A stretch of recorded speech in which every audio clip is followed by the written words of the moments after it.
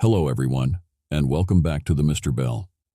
Now, I know a lot of you use these videos to sleep, so before you drift off, I thought it would be a fun idea if everyone can leave a comment to let me know where you are listening from in the world. Also, like and subscribe if you're enjoying the episodes. Right, let's get comfy and relax and let's begin. 4 years ago, I lived in a very small one-bedroom house with one of my best friends, Mike. We couldn't afford anything bigger, so that's why we settled with a one-bedroom. I slept on the futon in the living room, and Mike slept in the actual bedroom. The house sat on the edge of town, tucked away on a quiet street lined with similar modest dwellings, most occupied by other 20-somethings struggling to make rent or elderly folks who'd been there for decades. Our little house had character, as realtors euphemistically say about places with structural issues. The floorboards creaked with every step. The windows whistled when the wind picked up. The plumbing groaned like it was in pain whenever someone turned on the faucet. But it was ours, or at least the landlord's property that we temporarily called home. I worked at the local hardware store, while Mike handled night shifts at a warehouse across town. Our schedules barely overlapped, which was probably for the best, given how cramped our living arrangement was. The living room doubled as my bedroom, with the futon serving as both couch and bed. My clothes lived in plastic storage bins tucked against the wall. My privacy consisted of a decorative folding screen I'd found at a garage sale that I set up at night, creating the illusion of having my own space. "I'm heading out tomorrow morning," Mike announced one Thursday evening in early October, as we ate reheated pizza on the couch, visiting Jennifer for the weekend. Jennifer was his sister who lived about 3 hours north. She had a real job, the kind with benefits and paid vacation, and a proper 2-bedroom apartment. Mike visited her occasionally, usually returning with leftovers from home-cooked meals and stories about how we needed to get our lives together. "Whole place to myself, huh?" I said, trying not to sound too excited. Mike caught my tone anyway. "Try not to throw any wild parties while I'm gone," he joked, knowing full well that my idea of a wild time was watching movies without headphones. "I'll try to restrain myself," I replied. "When are you coming back?" "Monday evening, probably. Jennifer wants to show me around her new office on Monday morning, so I'll head back after lunch." I nodded, already mentally planning my weekend of solitude. Don't get me wrong, Mike was a great roommate and friend. We'd known each other since high school, but living in such close quarters meant we were constantly in each other's space. A weekend alone sounded like heaven. The next morning, I woke to the sound of Mike zipping his duffel bag. The early autumn light filtered weakly through our thin curtains. The house had started to get chilly at night, but our landlord insisted we couldn't turn on the heat until November. "There's leftover Chinese in the fridge," Mike said, hoisting his bag onto his shoulder. "Try not to burn the place down." "No promises," I replied, still bundled in my blankets. "Say hi to Jennifer for me." "Will do. See you Monday." The door closed behind him, and I heard his car start up and pull away. Just like that, I had the whole house to myself. I stretched out on the futon, enjoying the rare feeling of complete privacy. The house seemed different somehow, quieter but also larger, as if the walls had expanded slightly with Mike's departure. I dozed for another hour before getting up to make coffee. Friday was my day off, and I intended to make the most of it. I spent the morning doing laundry, taking an uninterrupted shower, a luxury when sharing a tiny bathroom, and cleaning up my corner of the living room. By afternoon, I'd settled into a pleasant rhythm of having the house to myself. I could play music without headphones. I could leave dishes in the sink without feeling guilty. I could sprawl across the entire futon without curling up to make room for Mike to sit. Small freedoms, but they felt enormous after months of constant compromise. That evening, I ordered a pizza all for myself, with toppings Mike would have complained about, and watched action movies at a volume that would have earned me a pillow to the head on any normal night. The house creaked and settled around me, but the sounds felt companionable rather than intrusive. Saturday passed in similar fashion. I slept late, wandered around in my underwear just because I could, and spent hours playing video games without having to give up the TV. By evening, though, the novelty was starting to wear off. The house felt a little too quiet, a little too empty. I texted Mike, Having fun? His reply came an hour later. Jennifer made lasagna. Your meal of microwave burritos suddenly seems sad, doesn't it? I laughed and sent back a middle finger emoji. It was strange how quickly I'd gone from craving solitude to missing his company. Still, I had one more full day to enjoy the place to myself. Sunday morning brought a chill that seeped through the old windows. I bundled up in sweats and spent the first part of the day watching football, feeling lazy and content. By late afternoon, I realized I needed groceries. The refrigerator contained little more than condiments and a suspicious-looking yogurt well past its expiration date. As I grabbed my keys and wallet, I noticed the sun was already dipping toward the horizon. Fall days were getting shorter, and darkness came earlier each evening. A gusty wind had picked up, sending dried leaves skittering across our small front yard. Something about the gathering darkness made me hesitate at the door, a fleeting unease I couldn't explain. "Don't be stupid," I muttered to myself, locking the door behind me. I had no idea that when I returned, things would never be the same again. The grocery store's fluorescent lights felt harsh after the soft autumn twilight. I wandered the aisles somewhat aimlessly, dropping items into my cart: milk, bread, eggs, instant noodles, frozen pizzas. The bachelor's survival kit. The store was mostly empty, just a few other Sunday evening shoppers finishing their errands before the work week began. "Cold front coming in tonight," the cashier commented as he rang up my items. "Supposed to drop below freezing." "Guess summer's officially over," I replied, watching the total climb higher than I'd expected. "You got that right. Better bundle up." By the time I pulled into our driveway, darkness had completely fallen. The wind had picked up even more, whistling through the trees that lined our street.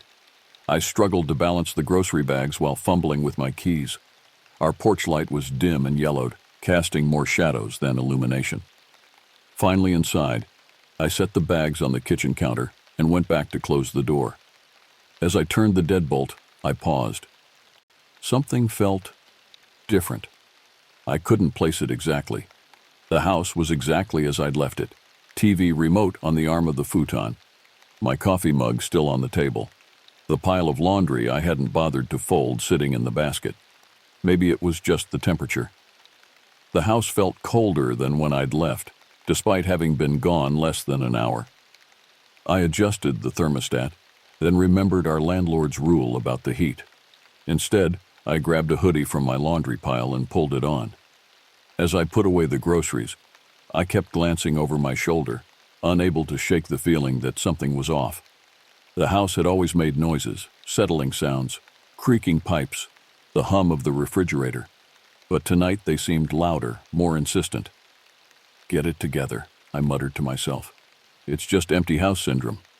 By 7 o'clock, I'd made myself a sandwich and settled on the futon.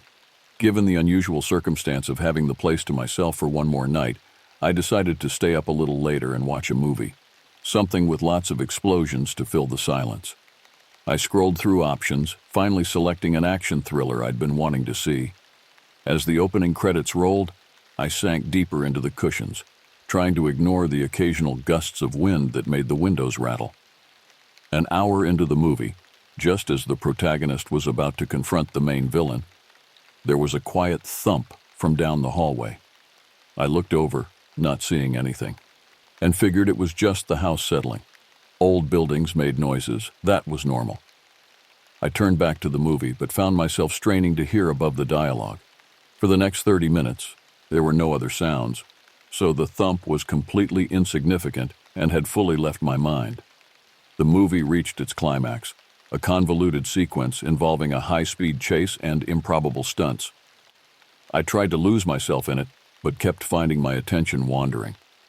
When the credits finally rolled, I realized I'd barely registered the last 20 minutes of the film. Something about being alone in the house at night had me on edge. I'd spent Friday and Saturday nights alone without any issues. Why was tonight different? I checked my phone. 10:15 p.m. Mike wouldn't be back until tomorrow evening. I had work in the morning, so I needed to get to sleep soon anyway. After filling up my water bottle, I went back to the futon and pulled it out into a bed. The metal frame squeaked loudly in the quiet house. I arranged my pillow and blankets, then lay down, scrolling through my phone to distract myself from the persistent unease. Outside, the wind had died down, leaving an eerie silence in its wake. The usual ambient noises of the neighborhood, distant traffic, the neighbor's dog, people arriving home from evening outings, were absent. It was as if the whole world had gone still. I set my phone on the side table and turned off the lamp. Darkness enveloped the small living room, broken only by the green glow of the microwave clock in the adjacent kitchenette. I closed my eyes, trying to quiet my mind. Just as I was drifting off, I thought I heard something, a soft creak from the direction of the hallway, so faint I might have imagined it. My eyes snapped open, staring into the darkness. The silence stretched out, unbroken by any further sounds. Eventually, my eyelids grew heavy again, and I succumbed to sleep. I'm not sure how long I slept before something woke me. My eyes felt really heavy and my vision was blurry. The living room was pitch black except for the microwave's clock, 2:37 a.m. I blinked, trying to figure out what had disturbed my sleep. Then I heard it, a very faint sound from the other side of the house. Wood creaking, like someone carefully walking across the floorboards. My heart began pounding immediately, blood rushing in my ears.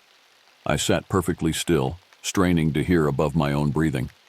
There it was again, a distinct creak, the sound of weight being placed carefully on the old wooden floor.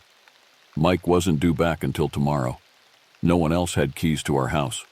Someone was inside. I slid quietly off the futon, my bare feet touching the cold floor. My phone was on the side table. I needed to reach it without making noise. Moving as silently as possible, I extended my arm and wrapped my fingers around it. The creaking had stopped. The house was silent again. A silence so complete it seemed to press against my eardrums. Maybe I'd imagined it. Maybe it was just the house settling after all. But deep down, I knew better. There was someone else in the house with me. I stood frozen, clutching my phone, torn between hiding and investigating. If I called the police and it turned out to be nothing, I'd feel like an idiot. But if someone was actually in the house... Another creak, closer this time, coming from the hallway that led to Mike's bedroom. My eyes had adjusted to the darkness, and I could make out the shadowy outline of the hallway entrance. Nothing moved there, but somehow the darkness seemed deeper, more solid than it should be. I needed to be sure. Summoning every ounce of courage, I took a step toward the hallway. My heart rate skyrocketed as I approached the hallway, each step feeling like I was moving through molasses. The short corridor to Mike's bedroom had never seemed so long or ominous before. I kept my phone gripped tightly in my hand, its screen dark to avoid broadcasting my position. The creaking had stopped, but I couldn't shake the certainty that someone was there, waiting in the darkness. The rational part of my brain offered alternative explanations. The house contracting in the cold night air, a stray animal somehow finding its way inside, my own imagination working overtime after a weekend of solitude.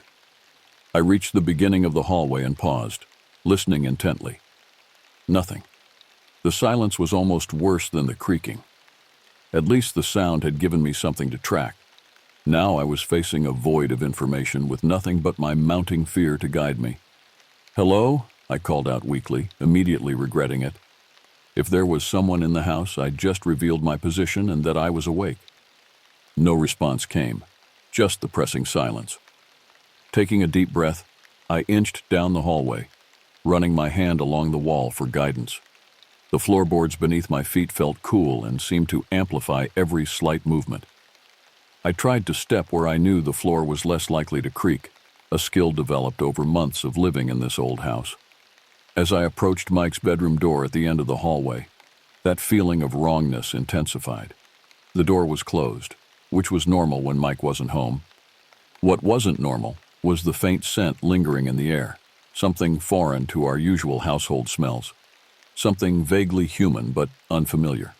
A blend of unwashed clothes, stale sweat, and something else I couldn't identify. Standing before the door, I found myself paralyzed with indecision. If someone was inside, opening the door would alert them to my presence. But I needed to know for sure before calling the police. I leaned against the door, pressing my ear to the wood, and listened. It was quiet, not even a sound coming from inside. I slowly twisted the door handle and pushed it open a few inches, moving my eyes across the sliver of room revealed as I continued to open the door wider. Moonlight filtered through the thin curtains, casting the room in a pale, ghostly glow. At first glance, it looked empty, but I quickly noticed how messy the room was.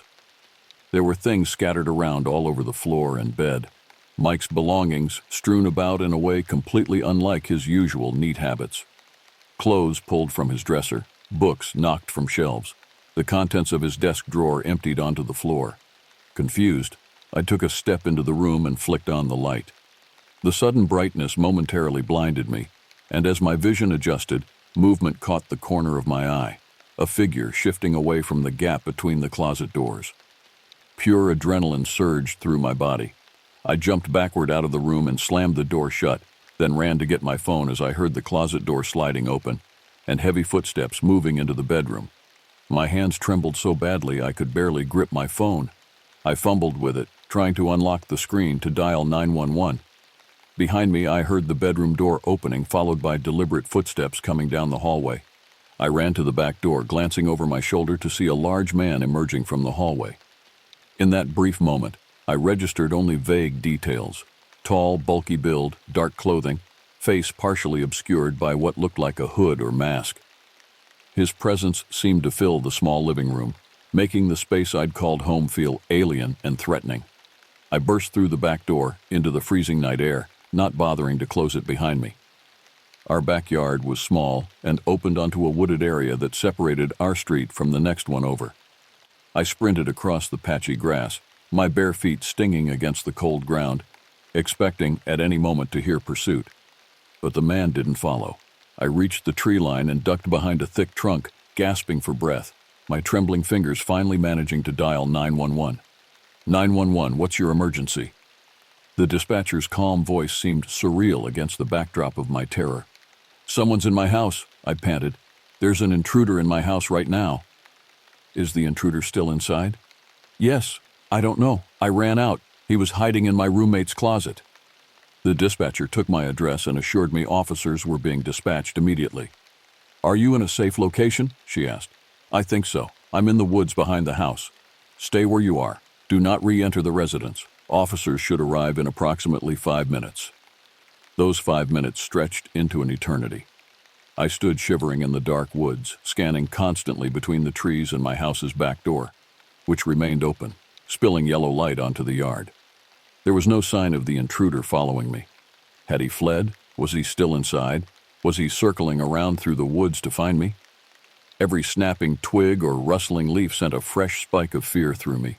My feet had gone numb from the cold ground, and I huddled against the tree trunk, trying to make myself as small as possible. Finally, I saw flashing lights reflecting through the trees as patrol cars pulled up in front of my house. The dispatcher, who had stayed on the line the entire time, told me to identify myself to the officers. I emerged cautiously from the woods, waving my phone to show the call was still connected. 2 officers approached with flashlights while others entered the house through the front door, hands on their holstered weapons. Are you hurt, sir? One officer asked as they reached me. I shook my head, teeth chattering from both cold and fear. No, but someone's in there, in my roommate's bedroom. They escorted me to a patrol car, where I sat in the back seat with a blanket around my shoulders. More officers arrived, and I watched as they methodically searched the property, flashlight beams sweeping across the yard and through the trees. After what seemed like an hour, an officer approached the car. We've cleared the residence, he said. There's no one inside now. He must have run when I left, I said, relief mixing with lingering fear. We'd like you to come take a look. Tell us if anything's missing, or if you notice anything that might help us figure out who was in there. I nodded, though the thought of re-entering the house filled me with dread. Walking back inside felt surreal, like entering a place I'd never been before rather than where I lived. Officers stood in the living room taking notes and speaking into radios. My futon was exactly as I'd left it, blankets thrown back from my hasty exit. Your roommate's room is quite disturbed, one officer said. Was it like that before? I shook my head. No, Mike is very neat. Someone went through his things. They led me down the hallway to Mike's room. The chaos was even worse under the bright overhead light. Drawers emptied, mattress partially pulled off the bed frame, closet doors standing open to reveal clothes pulled from hangers. "Any idea what they might have been looking for?" the officer asked. "I don't know," I replied honestly. "We don't have anything valuable, just typical broke 20-something stuff." A female officer appeared at the doorway. "We found the point of entry. Kitchen window had the lock jimmied. Pretty clean job. Probably used a credit card or thin tool to push back the latch." "Any signs of the suspect outside?" asked the first officer. She shook her head. "Nothing conclusive. Ground's too hard for footprints. We'll canvass the neighborhood tomorrow, see if anyone saw anything suspicious." I stood in the middle of Mike's violated room, arms wrapped around myself, still shaking slightly. "Do you think he'll come back?" The officers exchanged glances I couldn't quite interpret. "We'll increase patrols in this area for the next few days," the female officer said. "But it might be good to have someone stay with you tonight, or to stay somewhere else if you can." Reality crashed down on me then. It was nearly 4 a.m. I had work in just a few hours. Mike wouldn't be back until tomorrow evening. And someone had broken into our home while I was sleeping less than 30 feet away. "Is there someone you can call?" the officer prompted gently. I nodded slowly, trying to think of who might take me in at this hour. "Yeah, I'll call someone." Dawn broke cold and gray as I sat in my car outside the police station, waiting for the detective to arrive. After the officers had finished processing our house as a crime scene, I'd called my coworker, Trevor, who'd grudgingly agreed to let me crash on his couch for what remained of the night. Neither of us had gotten much sleep. I'd called in sick to work. My manager had been surprisingly understanding when I explained the situation, and then contacted Mike, leaving a voicemail when he didn't answer. Now I was supposed to give a formal statement to the detective assigned to the case. The police station was a small brick building that looked more like a library than a law enforcement facility. Inside, the fluorescent lights highlighted the dark circles under my eyes as I waited in the lobby, clutching a paper cup of vending machine coffee that tasted like warm dishwater. "Mr. Lambert?" A middle-aged man in plain clothes approached, extending his hand. "Detective Harmon. Sorry to keep you waiting." He led me to a small interview room with bare walls and a table that had seen better days. For the next hour, I recounted the events of the previous night in excruciating detail, from the first thump I'd heard to my escape through the back door. "And you're certain you've never seen this individual before?" Detective Harmon asked, making notes on a yellow legal pad. "I barely saw him at all," I admitted. "Just a glimpse as he came down the hallway, tall, heavy-set, dark clothes." "Any distinguishing features, scars, tattoos, unusual clothing?" I shook my head. It happened so fast, and I was focused on getting out. "That's understandable," Harmon said, his tone neutral. "And you mentioned the house is rented. Any recent maintenance workers, landlord visits, that sort of thing?" "Our landlord came by last month to fix a leak under the kitchen sink, but he always calls first." Harmon nodded, making another note. "We'll check into that. In the meantime, we've increased patrols in your neighborhood, and I recommend changing the locks and possibly adding additional security measures." "You think he might come back?" I asked, the coffee turning acidic in my stomach. "It's hard to say. The fact that he didn't immediately pursue you suggests he wasn't there primarily to confront the occupants. More likely, he was searching for something specific or just looking for valuables." Harmon closed his notepad. "Do you have a safe place to stay for the next few days?" I thought about Trevor's cramped apartment and uncomfortable couch. "My roommate's coming back tonight. We'll figure something out." After leaving the police station, I drove aimlessly for a while, reluctant to return to the house but having nowhere else to go. Eventually, I found myself in the parking lot of a home improvement store. Inside, I filled a cart with a new deadbolt, door chain, window locks, and a baseball bat, meager defenses that nevertheless made me feel slightly more in control. By early afternoon, I was back at our house, standing on the front step, key in hand, unable to make myself unlock the door. The house looked exactly the same as it had for the past year, the peeling paint on the trim, the small concrete stoop, the overgrown shrubs flanking the entrance. But now it felt tainted, violated. Drawing a deep breath, I unlocked the door and stepped inside, half expecting to find the intruder waiting for me. The living room was empty, of course, though police fingerprint dust still covered various surfaces. I checked every room, every closet, even looking under the beds before finally accepting that I was alone. The mess in Mike's room was even worse in daylight. I started to straighten up, then stopped, unsure if I should touch anything until he returned. What would he want to do when he found out?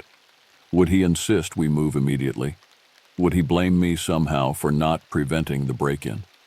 My phone rang, startling me so badly I nearly dropped it. "Hello?" "What the hell, man?" Mike's voice came through, tight with tension. "I just got your voicemail. Someone broke in. Are you okay?" Relief washed over me at the sound of his voice. "Yeah, I'm okay. Scared out of my mind, but not hurt." "Jesus, I'm leaving Jennifer's now. I'll be home in a few hours." "I'm changing the locks," I told him, "and adding window locks. The police think he got in through the kitchen window." "Did they catch the guy?" "No. He was gone by the time they arrived." There was a pause. "Did you see him?" "Barely. Just enough to know he was big, and definitely not someone we know." Mike exhaled audibly. "Okay, stay there. I'm on my way." After we hung up, I set about installing the new locks with tools from our meager collection. The physical labor helped distract me from jumping at every sound, though I kept the baseball bat within reach at all times. By late afternoon, I'd replaced the front and back door locks and added reinforcements to all the windows. The house felt like a fortress now, or at least less vulnerable than before. Still, I couldn't shake the feeling of being watched, of foreign eyes evaluating my security measures. Around 6, I heard a car pull into the driveway. I grabbed the bat and approached the front window cautiously, relaxing only when I recognized Mike's ancient Civic. He rushed from the car to the front door, which I opened before he could try his now useless key. "Jesus, man," he said, pulling me into a quick, tight hug. "Are you really okay?" I nodded, suddenly exhausted now that he was here. "Yeah, just freaked out." Mike looked different, tense, alert, scanning the living room as if expecting to find evidence of the intrusion. "Tell me everything," he demanded. We sat at our small kitchen table as I recounted the events of the previous night. I watched his face darken as I described finding his room ransacked, seeing the man in his closet, fleeing into the woods. "Did they take anything?" he asked when I finished. "I don't think so. My laptop's still here. The TV. I couldn't tell about your stuff." Mike stood abruptly. "Let me check my room." I followed him down the hallway, watching as he surveyed the chaos of his personal space. He moved methodically through the scattered belongings, opening drawers, checking under the mattress, looking in the closet. "Anything missing?" I asked from the doorway, unwilling to enter the room fully. He shook his head slowly. "Nothing obvious." Which is weird, right? Why break in if you're not going to steal anything? The detective thought he might have been looking for something specific. Mike froze in the act of picking up a fallen book. "Like what?" "I don't know. Do you have anything someone would want badly enough to break in for?" "No," he said too quickly. "Of course not." Something in his tone made me look at him more closely. His face was pale, his expression guarded in a way I'd never seen before. "Mike, what's going on?" He sank onto the edge of his bed, running a hand through his hair. "Nothing. I'm just processing all this. It's a lot to take in." I wanted to press him further, but exhaustion was overwhelming me. I hadn't slept more than a couple of hours in the past 24, and the adrenaline crash was hitting hard. "I need to sleep," I said. "I've been up since the break-in." Mike nodded distractedly. "Yeah, of course. Get some rest. I'll finish cleaning up in here." As I turned to leave, he called after me. "Hey, thanks for calling the police and for fixing the locks." "Sure," I replied, pausing in the doorway. "What do you think we should do? About living here, I mean." He looked around the room, his expression unreadable. "Let's talk about it tomorrow, when we've both had some sleep." That night, despite my exhaustion, sleep came fitfully. Every sound jolted me awake. The refrigerator cycling on, the heating system activating, Mike moving around in his room. I kept seeing the shadowy figure coming down the hallway, imagining what might have happened if I hadn't woken up when I did. Around midnight, I heard Mike's door open and his footsteps in the hallway. Through slitted eyes, I watched as he checked the front and back doors, testing the new locks. Then he stood at the kitchen window for a long time, staring out into the darkness, his silhouette tense and vigilant. Something had changed between us. Some essential trust in our home, in our safety, had been irrevocably broken. And I couldn't shake the feeling that Mike knew more than he was telling me about why someone had broken into our house. The next few days passed in a fog of paranoia and tension. Mike and I developed an unspoken system of double-checking locks, taking turns sleeping so one of us was always awake, jumping at unexpected sounds. We barely spoke about the break-in directly, as if naming it would somehow make the violation more real. The police called with updates that weren't really updates at all. No fingerprints, no suspects, no leads. Detective Harmon suggested the intruder might have been casing houses in the area and picked ours simply because it looked vulnerable. "These things happen sometimes," he said, a non-explanation that did nothing to ease my constant state of hypervigilance. At work, I found myself watching customers too carefully, wondering if one of them might be the man I'd glimpsed in our hallway. Every large man in dark clothing sent my heart racing.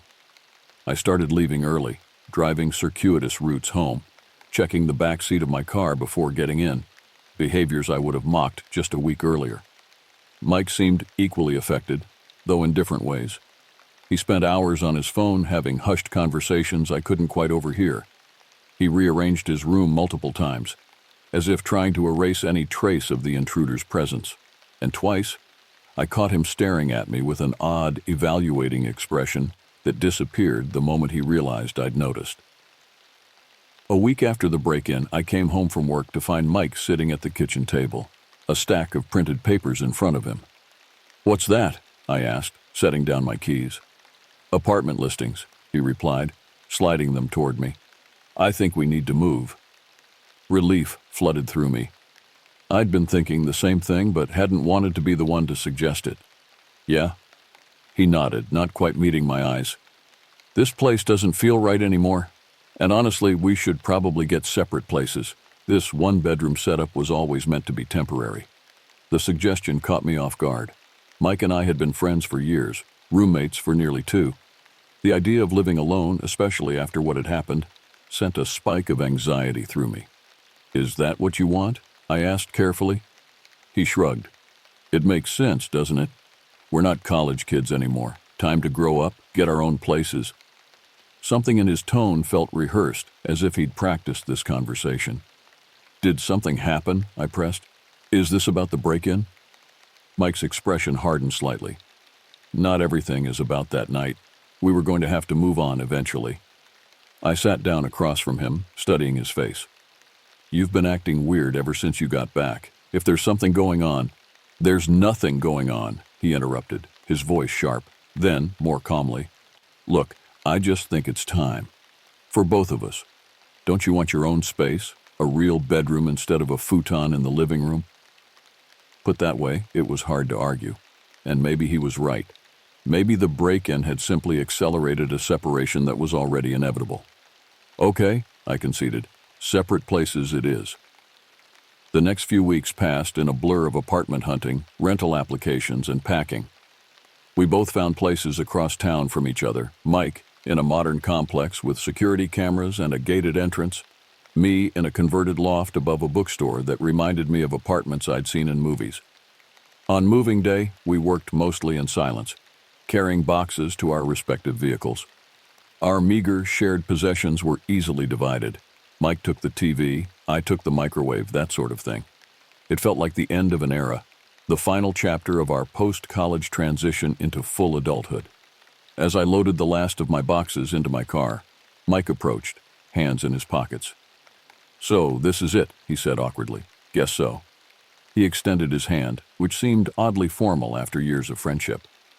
"We'll stay in touch, right?" I shook his hand, trying to ignore the distance I felt between us. "Of course, beers next week?" "Definitely." But we both knew it was a promise unlikely to be kept. Something had shifted between us. Some fundamental trust broken not just by the intruder, but by Mike's subsequent behavior. his secrets, his sudden desire for separation. I never did meet Mike for those beers.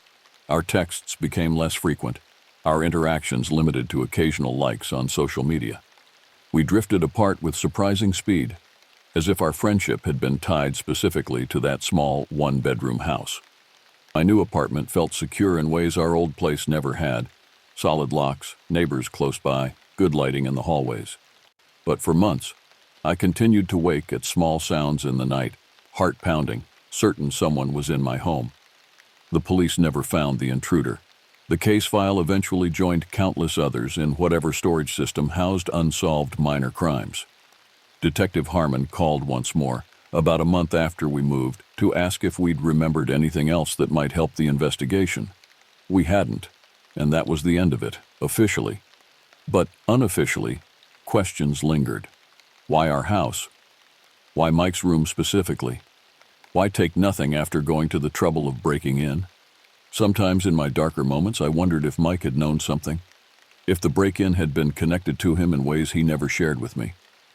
His hasty departure from our shared life seemed suspicious in retrospect, like running from something rather than toward something new. 4 years have passed since that night. I've moved twice more, each time to places with better security. I've made new friends, dated, built a life that bears little resemblance to the one I had then. I rarely think about the small one-bedroom house or the shadowy figure that changed everything. But occasionally, when I'm alone at night and the floorboards creak, or when a door closes somewhere in my building, I'm instantly transported back to that moment, waking in darkness, hearing careful footsteps, finding a stranger in my home.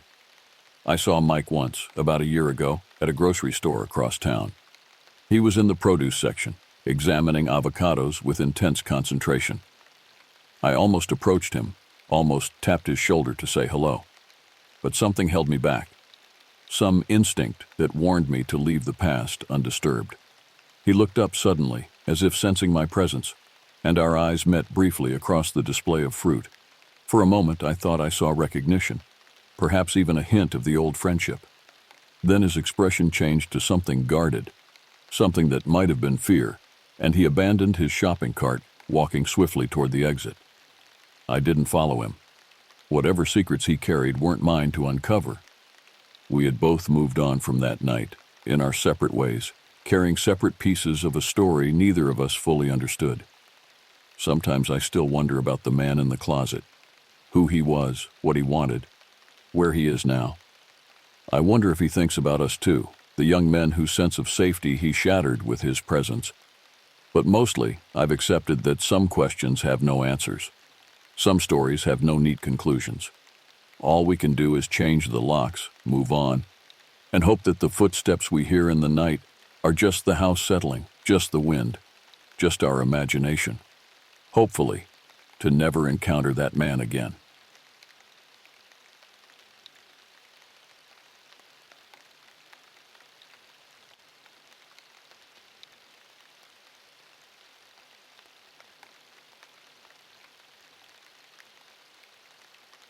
Devil's Night, October 30th, 2011. The air hung heavy with that peculiar mix of autumn chill and mischief that always seems to accompany the night before Halloween.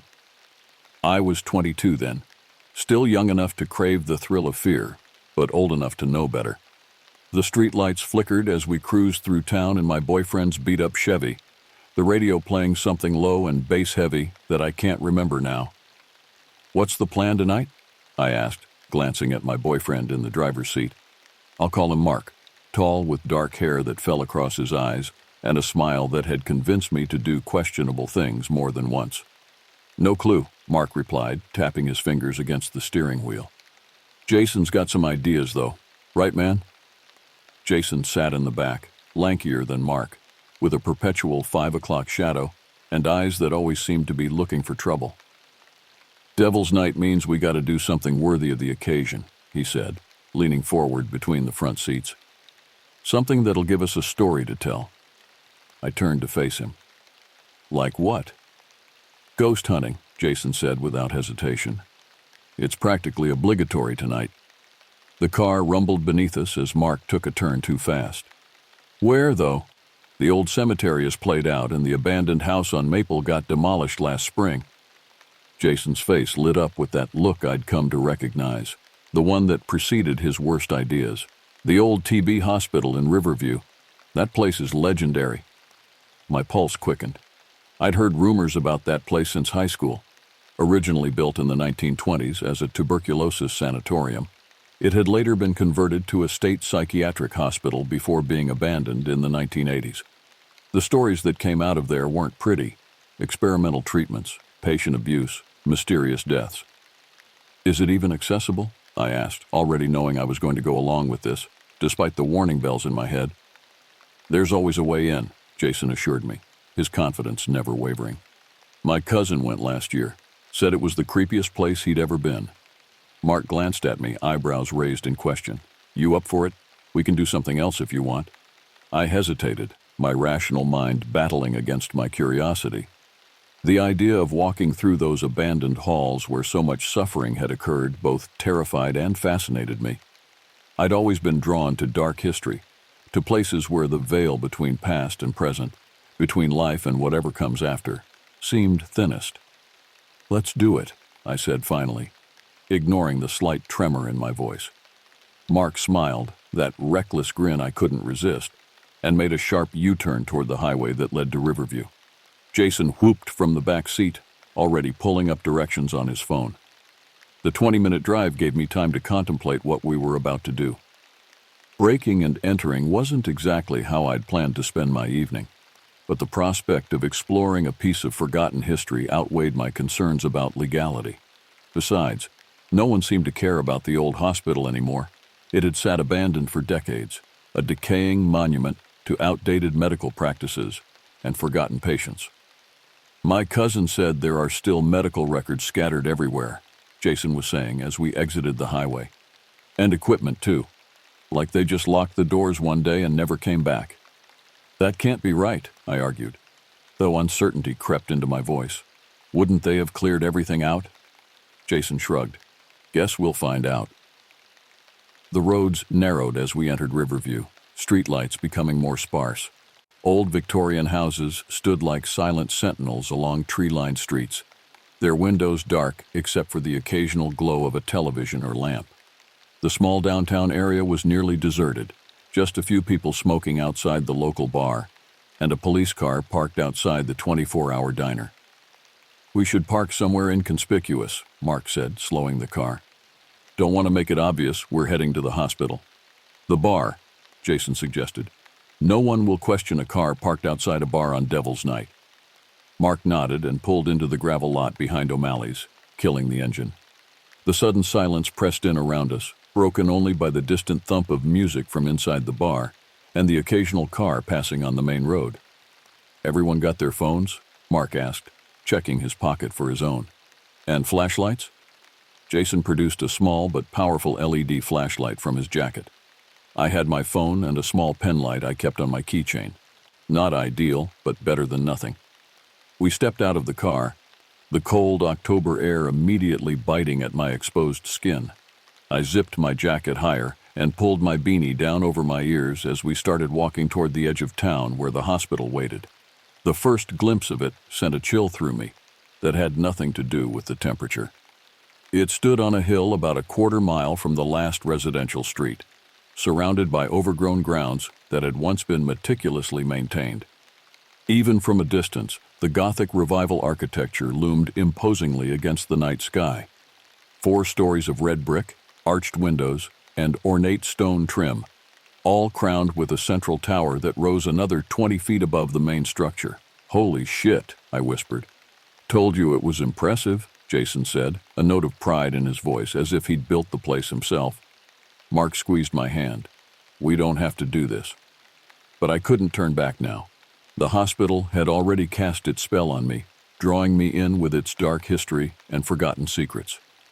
As we approached the wrought iron fence that surrounded the property, I felt that peculiar mix of dread and excitement that comes from knowing you're about to do something you shouldn't. There's a gap in the fence over here, Jason said, leading us along the perimeter until we reached a section where the metal had warped and pulled away from a post, creating an opening just wide enough to slip through. One by one, we squeezed past the rusted iron spikes, our feet crunching on the overgrown gravel path that led toward the main entrance. Up close, the hospital was even more intimidating. Windows like empty eye sockets, stone gargoyles guarding the roof's edge, a massive front door barricaded with heavy chains and padlocks. I stood there, staring up at this monolith to suffering and isolation, an uneasy feeling settling deep in my stomach. Something about this place felt wrong, as if the very air around it was saturated with decades of pain and despair. "Main entrance is a no-go," Jason observed, breaking my trance. "Let's check around back." As we circled the building, staying close to the walls to avoid being seen from the road, I couldn't shake the sensation that we were being watched. Not by anyone living, but by the building itself, by whatever residual energy remained within its walls. "Are you sure about this?" I whispered to Mark. He looked at me, his face half-shadowed in the moonlight. "We can still back out." But before I could answer, Jason called out in a hushed voice from ahead of us, "Found a way in!" And just like that, the decision was made. We were going in. Jason had discovered a ground-floor window at the back of the building, its plywood covering loosened by previous trespassers or the elements. He was already working at the edges with a pocket knife, prying the nails loose one by one. "Keep watch," he instructed as he worked, the wood creaking under his efforts. Mark and I stood with our backs to him, scanning the darkness for any sign of movement or approaching flashlights.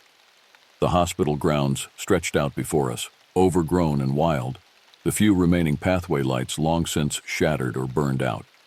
In the distance, I could make out the silhouette of a smaller outbuilding, perhaps a groundskeeper's cottage or maintenance shed, and beyond that, the faint glow from the town's street lamps.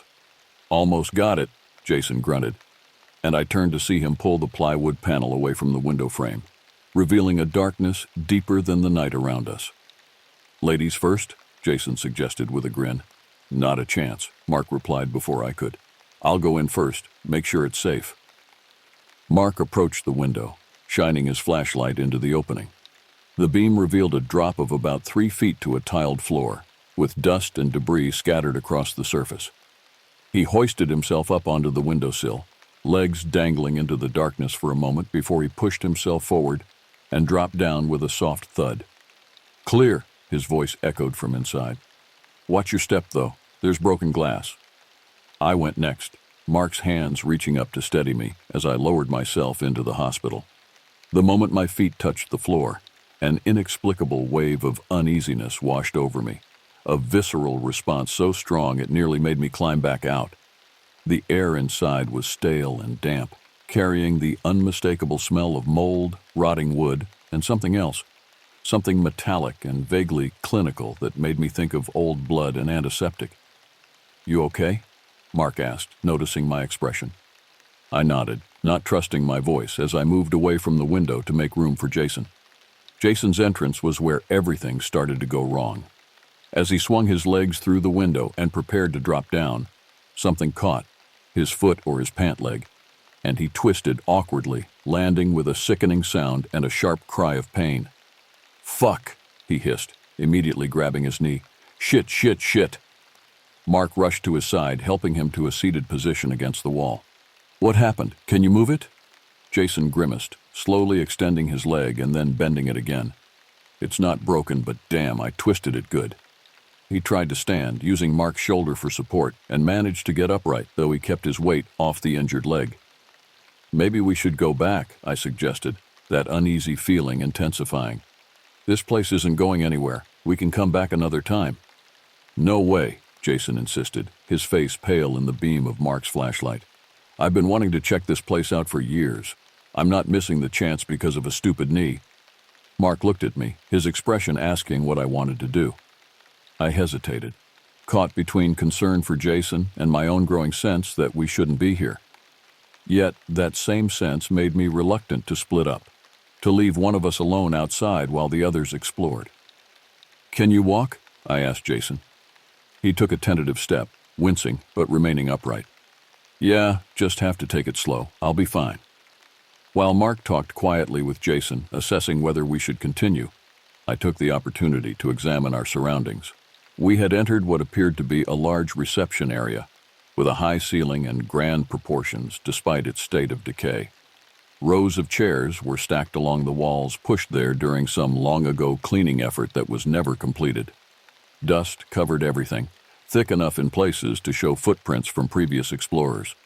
In the center of the room stood a solitary wheelchair, its leather seat cracked and peeling, one wheel slightly askew. Something about its placement felt deliberate, as if someone had positioned it there as a macabre welcome. "Why would there still be a wheelchair here?" I asked, my voice sounding too loud in the cavernous space. Mark shrugged. "Probably not worth the effort to move everything out when they closed down.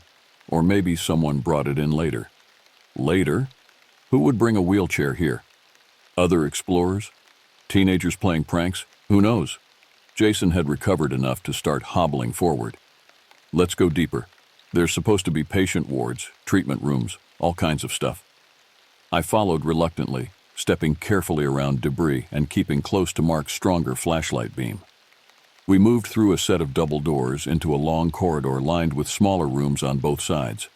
Most of the doors stood open, revealing sparse interiors, metal bed frames without mattresses, built-in dressers with drawers hanging open, small windows with bars still intact. "Patient rooms," Mark whispered, though there was no need to be quiet. Jason nodded. "Check this out." He gestured toward the floor of one room, where a pile of charred papers lay scattered. "Patient files. Looks like someone tried to burn them." I knelt down, curiosity overcoming my apprehension, and picked up a partially burned folder. Inside were typed pages detailing a patient's history, treatments, and progress notes. The name and personal information had been blacked out with marker, but the clinical details remained. "Listen to this," I said, reading from the least damaged page. "Patient continues to exhibit extreme agitation and violent tendencies. Electroshock therapy increased to 3 sessions weekly. Hydrotherapy shows minimal improvement." "Jesus," Mark muttered. "There's more," I continued. "Patient claims to see figures at night, particularly a man in a doctor's coat who watches from the doorway. Clear signs of paranoid delusions. Recommend increase in sedation and restraint protocols." A shiver ran down my spine as I placed the file back among the others. The thought that someone had experienced such fear in this very room, had been dismissed and subjected to painful treatments rather than helped, filled me with a profound sadness. "This place was still operating into the 80s, Jason said, limping toward another room. "Can you imagine? This kind of treatment was happening while we were being born." We continued down the corridor, each room telling a similar story of suffering and neglect.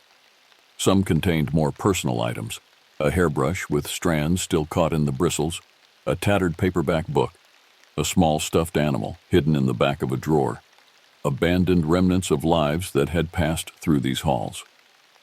The further we progressed, the more I noticed small details that heightened my discomfort. A temperature drop that couldn't be explained by drafts alone, the occasional sound of something shifting in distant rooms, the way our flashlight beams seemed to be absorbed by the darkness rather than cutting through it. "The hospital was originally built for TB patients," Jason explained as we walked, his voice echoing slightly in the corridor. "That's why the ceilings are so high and there are so many windows. They thought fresh air and sunlight would help cure the disease." "And then?" I prompted, knowing there must be more to the story.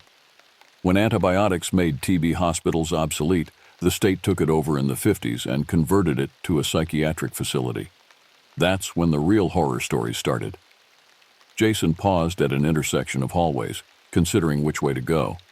This way should lead to the treatment wing. He was right. The next area we entered contained larger rooms filled with specialized equipment. A room with hulking metal tubs still bolted to the floor, the infamous ice baths used to calm agitated patients. Another with a chair fitted with restraints and electrical equipment nearby, the electroshock therapy room. In one particularly disturbing room, we found a metal examination table with leather straps hanging from its sides, and nearby, a tray of rusted surgical instruments. The walls were tiled in institutional green, many cracked or missing. and a large drain in the center of the floor suggested that whatever happened here often needed to be washed away. "I think I've seen enough of this room," I said, backing toward the door. As we exited, Jason pointed down another hallway. "That way leads to the cafeteria, and if we go right, we should find the elevators and stairs to the upper floors." The hallway terminated in a T intersection, just as Jason had described. To the left, through a set of swinging doors, I could make out the outlines of long tables and chairs. The cafeteria. To the right, a wider corridor led to a bank of elevators and a stairwell entrance. Something caught my eye along the wall.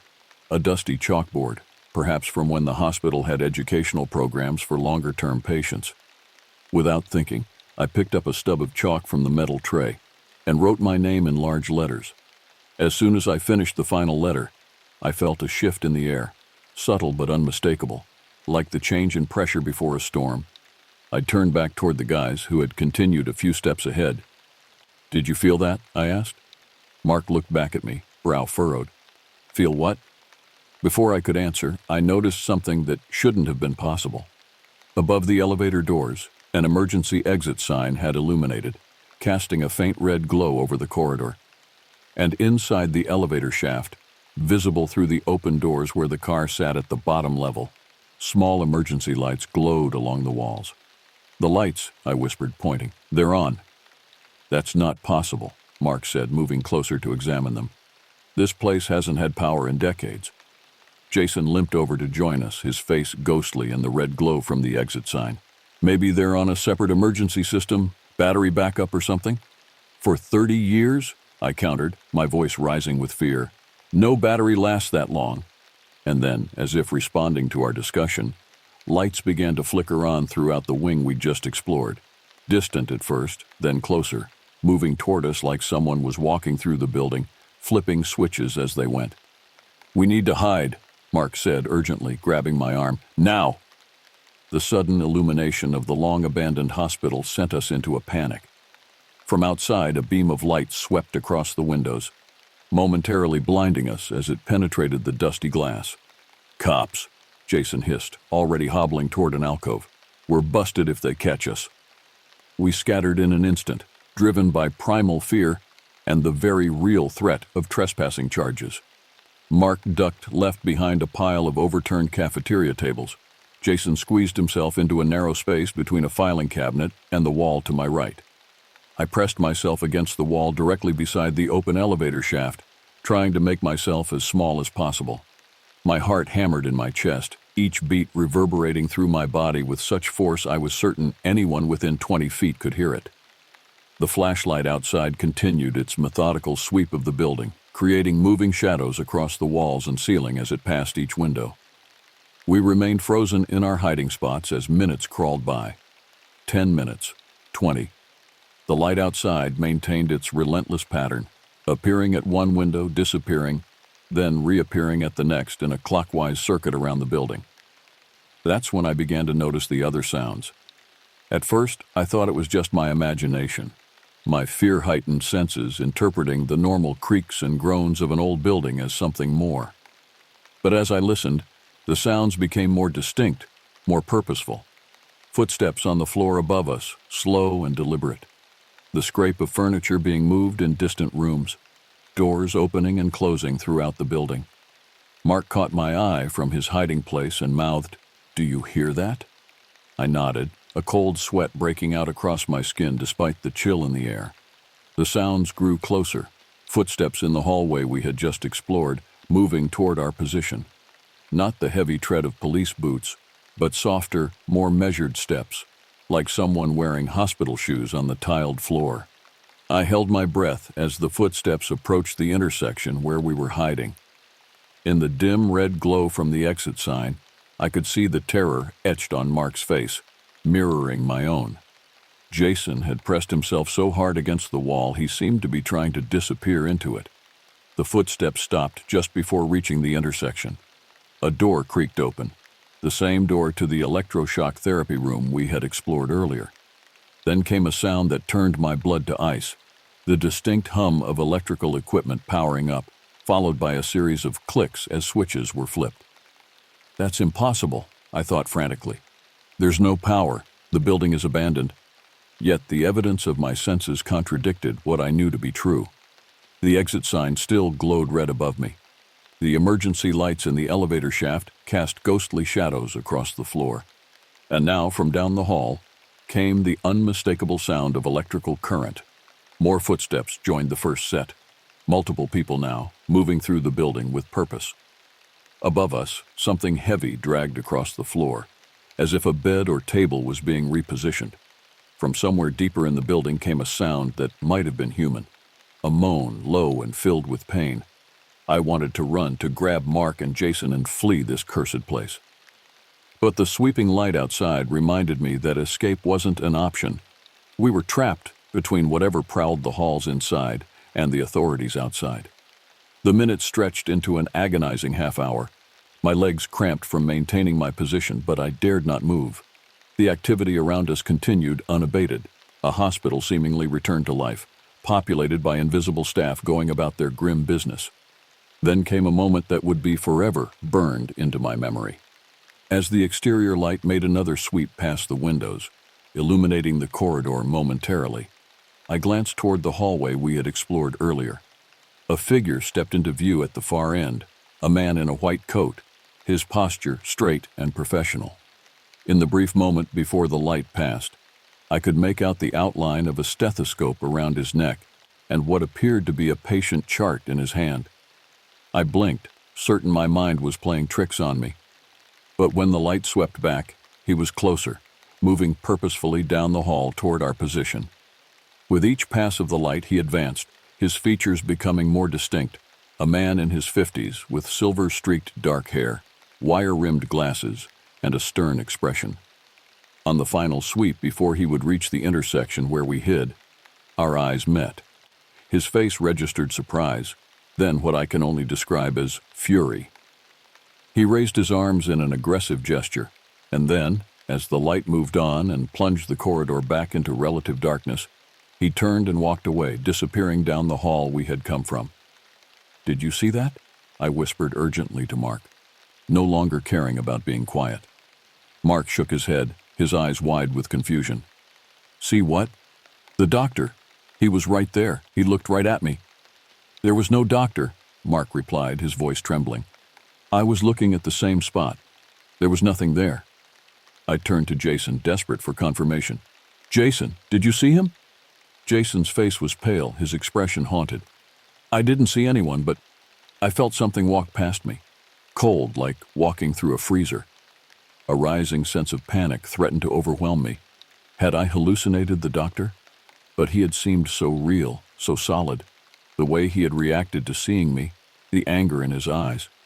How could I have imagined those details? "We need to get out of here," I said, no longer whispering. "Now, I don't care if the cops are out there." Mark nodded, rising cautiously from his hiding place. "Jason, you okay to move?" Jason struggled to his feet, wincing as he put weight on his injured knee. "Yeah, let's just go. This place is seriously wrong." We abandoned our hiding spots and regrouped in the center of the intersection. The red exit sign still cast its eerie glow over us, but the other lights that had mysteriously illuminated had gone dark again. Outside, the sweeping beam continued its relentless circuit of the building. "Back the way we came," Mark decided, taking the lead. "We'll surrender to the police outside. Better than whatever is in here with us."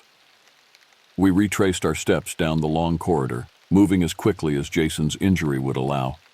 Every shadow seemed to conceal a threat, every darkened doorway a potential ambush.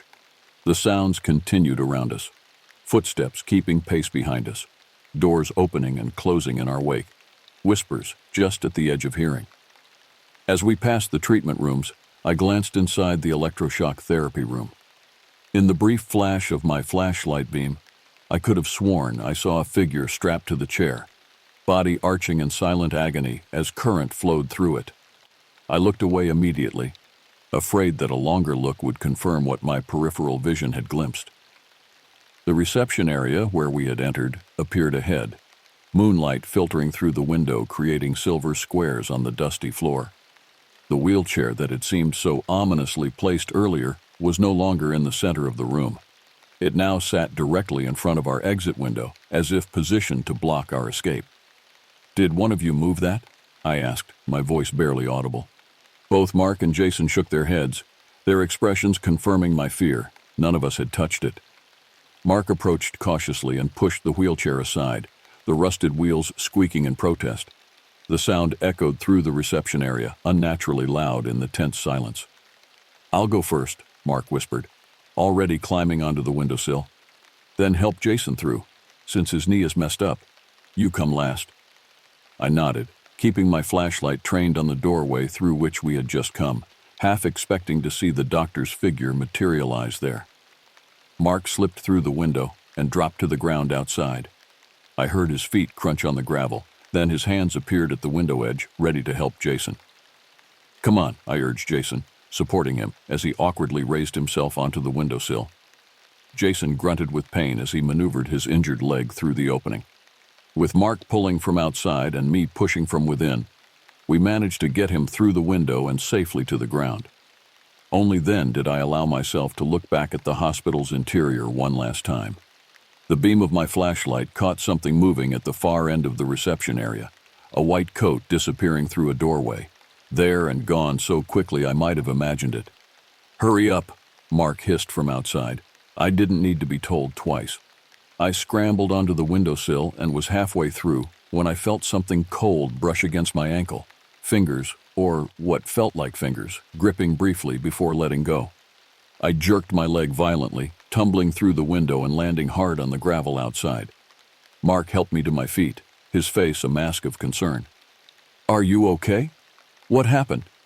"Something grabbed me," I gasped, backing away from the window. "Inside, it grabbed my ankle." Mark shined his flashlight through the window, revealing nothing but the empty reception area. The wheelchair now returned to its original position in the center of the room. "Let's go," Jason urged from where he leaned against the building wall, before the cops circled back around. We made our way along the back of the hospital, moving as quickly and quietly as possible given Jason's injury. The sweeping beam of light continued its circuit of the building, and we timed our movements to avoid being caught in its glare. As we rounded the corner of the building, heading toward the gap in the fence where we had entered, we came face to face with the source of the light. A police officer holding a high-powered flashlight, his cruiser parked on the gravel road nearby. "Freeze!" he shouted, his free hand moving to the holster at his hip. "Hands where I can see them!" We raised our hands instantly, the instinctive response of guilty trespassers caught in the act. The officer's flashlight beam blinded us, making it impossible to see his face or read his expression. "Against the wall!" he barked. "Spread 'em!" One by one, he pulled us away from the building and positioned us against the brick wall, legs spread and hands pressed flat against the rough surface. I could feel my heart pounding against my ribs as he patted down Mark first, then Jason, and finally me, checking for weapons or contraband. "IDs," he demanded once he was satisfied we weren't armed. We fumbled for our wallets and handed over our driver's licenses. The officer examined each one under his flashlight beam, then tucked them into his shirt pocket. "Breaking and entering is a criminal offense," he stated flatly. "You're all looking at potential jail time, not to mention fines." "We're sorry, officer," Mark began, trying to sound contrite.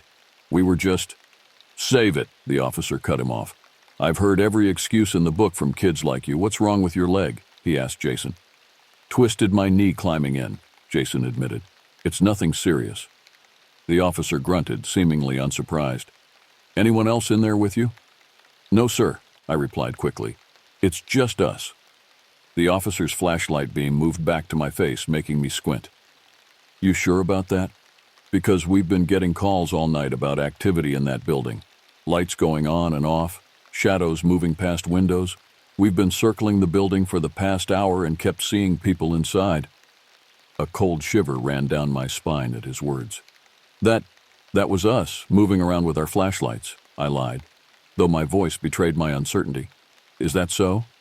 The officer sounded skeptical. "And I suppose you were also on the 3rd floor 20 minutes ago, and in the east wing at the same time?" We exchanged alarmed glances. We had never gone above the ground floor, and had stayed exclusively in the western section of the building.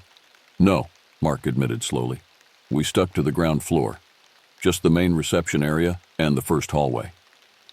The officer was silent for a moment, his flashlight beam moving between our faces as if searching for deception. So you're telling me you three were the only ones in there, but you never went upstairs? Yes, sir, Jason confirmed. We couldn't have gone upstairs even if we wanted to. My knee is messed up.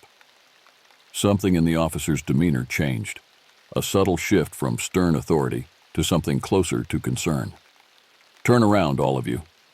We complied, our backs now against the wall, finally able to see the officer properly.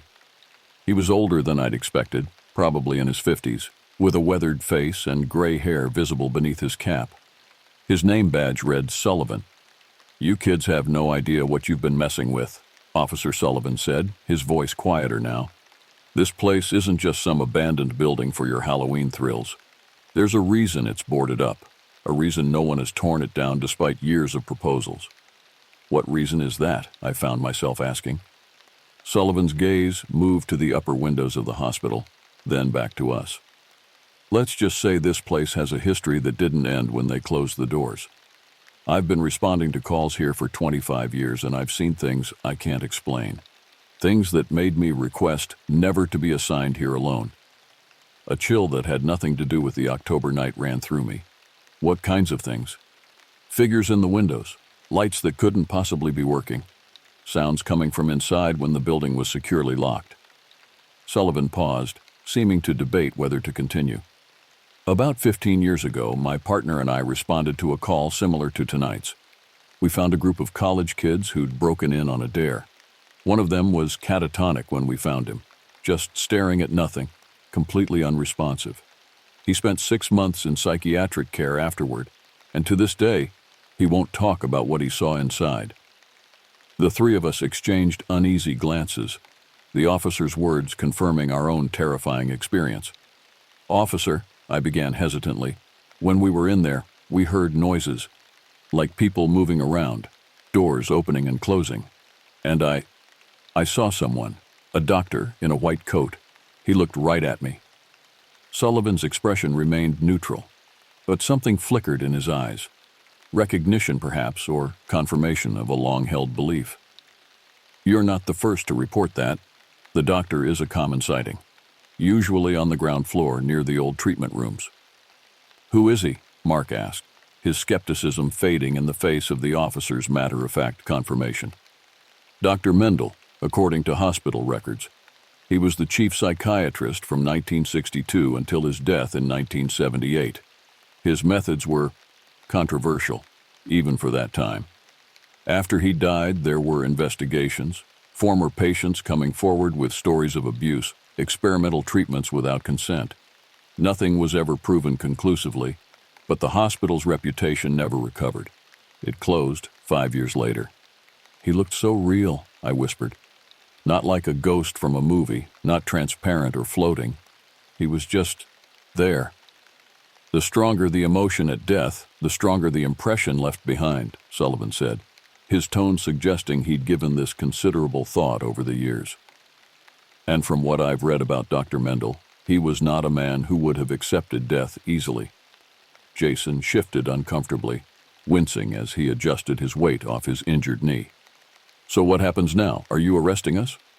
Sullivan sighed, seeming to remember his official role. Technically, I should. Breaking and entering, trespassing on state property. Those are serious charges. He paused, then reached into his pocket and retrieved our IDs. But I think whatever happened to you in there is punishment enough. Consider this a warning. If I catch any of you near this property again, I won't be so lenient. Relief washed over me as he handed back our driver's licenses. Thank you, officer. Don't thank me, Sullivan replied grimly. Just stay away from this place. Whatever walks these halls doesn't distinguish between the curious and the malicious.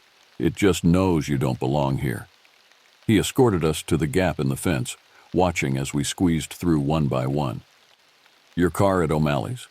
When we nodded, he added, I'll follow you there. Make sure you leave town without any detours. The walk back to the bar was tense and silent, each of us lost in our own thoughts. Jason limped between Mark and me, occasionally needing support on the uneven ground. Behind us, Officer Sullivan's cruiser crawled along at walking pace, its headlights illuminating our path. When we reached Mark's car in the bar parking lot, Sullivan pulled up alongside us and rolled down his window. "One more thing," he said, his expression grave. "Whatever you experienced in there, it might not stay there. Some people report after effects, nightmares, feeling followed. If that happens, there's a woman in town, Eliza Chambers, runs the New Age shop on Main Street. She knows more about this place than anyone. Helped that college kid I mentioned." "After effects?" Mark repeated, a note of alarm in his voice. Sullivan nodded. "Just be aware. Safe travels." As his cruiser pulled away, we stood beside Mark's car, the weight of the night's events settling around us like a shroud. "Let's get out of here," Jason said, breaking the silence. "I've had enough of this town to last a lifetime." The drive home was subdued, each of us processing what had happened in our own way. Jason sat in the back seat with his leg elevated, occasionally breaking the silence with a wince when we hit a bump in the road. Mark kept glancing at me, concern evident in his eyes. I stared out the window at the passing darkness, replaying the image of Dr. Mendel in my mind, the fury in his eyes when he realized he was seen, the aggressive gesture, the way he had turned and walked away as if to fetch something or someone. And I couldn't shake the feeling that something had followed us out of that hospital. Something that even now watched from just beyond the reach of the headlights. 2 days later, I received a notice in the mail. Community service for trespassing, the result of Officer Sullivan filing a report despite his verbal warning. Mark and Jason received similar notices.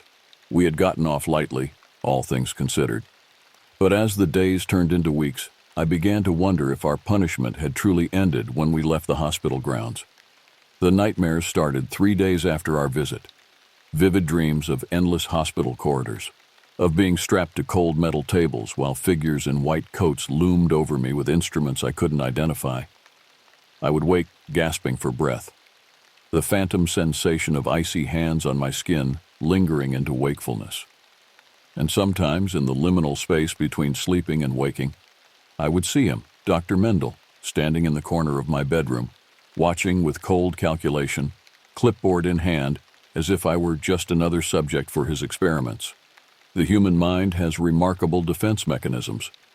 As weeks passed following our encounter at the hospital, I found ways to rationalize what had happened, to file it away as an experience born of suggestion, darkness, and the power of Devil's Night to heighten perception. The nightmares gradually subsided, replaced by more mundane concerns, work, relationships, the day-to-day business of living. Mark and I broke up 6 months later, our relationship another casualty of that night, though neither of us would admit it. Something had changed between us, a shared trauma that paradoxically drove us apart rather than bringing us closer. He couldn't understand why I couldn't just get over it, and I resented his ability to dismiss what we had experienced as mere tricks of light and shadow.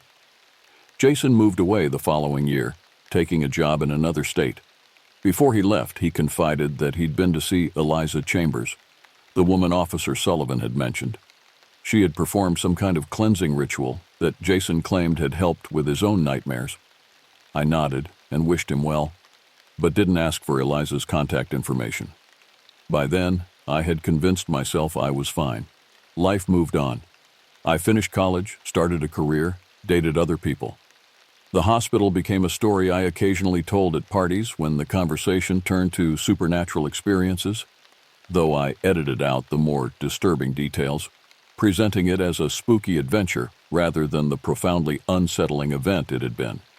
And yet, despite my best efforts to normalize the experience, there were moments when the veil between my carefully constructed rationality and the truth of that night would thin, usually in October as Devil's Night approached, or when I would catch a glimpse of someone in a white coat from the corner of my eye. 4 years passed this way, with me balanced precariously between acknowledgement and denial of what had happened at the hospital. And then, on a rainy Sunday evening in 2015, the balance tipped. I was alone in my apartment, half watching a paranormal investigation show on television while scrolling through social media on my phone. It was the kind of program I usually avoided, too many staged reactions and questionable evidence for my taste, but nothing else was on, and the background noise kept the silence at bay. I wasn't paying full attention until I heard the host mention a location that made me freeze. Tonight, we're investigating one of America's most haunted abandoned hospitals, the former Riverview State Psychiatric Hospital. My head snapped up, phone forgotten as footage of the familiar Gothic facade filled the screen. It looked exactly as I remembered it, perhaps even more dilapidated after the additional years of neglect. Originally built in the 1920s as a tuberculosis sanatorium, the narrator continued, this imposing structure later served as a state psychiatric facility until its closure in 1983, amid allegations of patient abuse and controversial treatment methods. The camera panned across the hospital grounds, then cut to interior shots taken with night vision equipment. I recognized the reception area where we had entered, the long corridor of patient rooms, even the treatment areas with their ominous equipment still in place. Our investigation begins in the basement, the host explained, an area former staff members claim was used for the most extreme treatments and where current paranormal activity is reportedly most intense. I watched, transfixed, as the team made their way through the basement corridors, capturing strange noises and unexplained temperature fluctuations on their equipment. It was theatrical and overdramatized, yet I couldn't look away, knowing what might await them. Then it happened. As one investigator stood alone in a basement corridor, his camera captured a figure moving across the hallway behind him. A solid-looking man in a white coat, moving with purpose from one room to another. "Oh my God," the investigator exclaimed when reviewing the footage with his team. "That's a full-bodied apparition." The show slowed down the footage, enhanced it, replayed it from different angles, and with each replay my blood ran colder. It was him, Dr. Mendel, the same stern expression, the same wire-rimmed glasses, the same purposeful stride, the same man who had locked eyes with me 4 years earlier. I fumbled for my phone, hands shaking so badly I could barely navigate to my contacts. Mark answered on the fourth ring, his voice wary. We hadn't spoken in over a year.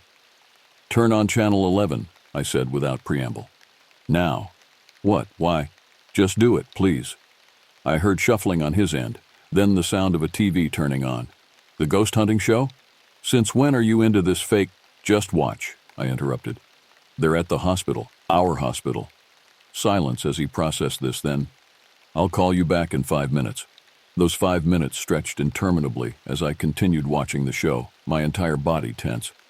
When my phone finally rang, Mark's voice had lost all its earlier skepticism. "It's him," he said simply. "The doctor you saw. You believe me now?" I couldn't keep the accusation from my voice. Mark was quiet for a moment. "I never said I didn't believe you saw something. I didn't see him, so it was easier to think. That I was making it up, or crazy? No, not crazy. Just influenced by the setting, the stories, all of it." He sighed. "I'm sorry. Seeing him on video like that, it's hard to deny." We watched the remainder of the show together over the phone, commenting as the investigation team encountered more phenomena, disembodied voices captured on audio recorders, objects moving seemingly on their own, shadows moving against the flow of light. "Have you had any after effects?" Mark asked hesitantly when the show ended. "Like Sullivan warned about?" I considered lying, then decided against it. "Nightmares, mostly. They've gotten better over time. Sometimes I think I see him just for a second, but when I look again, there's nothing there." "Jason went to that woman Sullivan mentioned," Mark said it helped. "He told me. Maybe you should—" "I'm fine," I insisted, the old defensiveness rising. "It's been 4 years. If something was going to happen, it would have by now." But even as I said the words, a familiar chill swept through my apartment, raising goosebumps along my arms. On the television, now muted, the credits rolled over still images from the investigation, including a freeze frame of Dr. Mendel's figure in the basement corridor. After hanging up with Mark, I found myself unable to settle. I paced my apartment, checking locks, adjusting lights, anything to keep moving. When exhaustion finally forced me to bed, I lay awake for hours, listening to the normal sounds of my building with heightened awareness. In the days that followed, I researched the hospital obsessively, reading everything I could find about its history and specifically about Dr. Isaiah Mendel. The internet yielded surprisingly little. A few mentions in digitized newspaper archives, references in academic papers about the evolution of psychiatric treatment, but nothing substantial about the man himself. I expanded my search to include the paranormal investigation show, discovering that the episode featuring the hospital had generated significant online discussion. In one forum thread, a commenter claiming to be a former orderly at the hospital shared stories that aligned disturbingly well with our experience. Lights operating without power, sounds of hospital activity long after the facility closed, and multiple sightings of Dr. Mendel, particularly near his former treatment rooms. The commenter wrote, "Mendel believed mental illness was a physical disease that could be excised like a tumor. His treatments were designed to cut out the sickness through electroshock ice baths, even experimental surgical procedures. He kept detailed records of everything, believing he was on the verge of breakthroughs that would revolutionize psychiatry. When he died unexpectedly of a heart attack in 1978, he was in the middle of a treatment session. The patient survived, but was never the same afterward. The hospital tried to bury Mendel's more controversial work, burning records and dismantling equipment. But rumors persisted. Some say Mendel was so devoted to his work, so convinced of his methods, that death itself couldn't stop him from continuing his treatments." A chill ran through me as I read these words, remembering the burned patient files we had found, the equipment still in place as if waiting to be used again. Was it possible that what we had encountered was more than just a residual haunting, more than just energy impressed upon the environment? Could Mendel's consciousness somehow persist, continuing his work in some twisted afterlife? The question gnawed at me, making it difficult to concentrate on anything else. I found myself driving past the hospital whenever I was in the area, drawn to it despite the dread it inspired. I never went inside again. The memory of Officer Sullivan's warning and my community service experience was deterrent enough.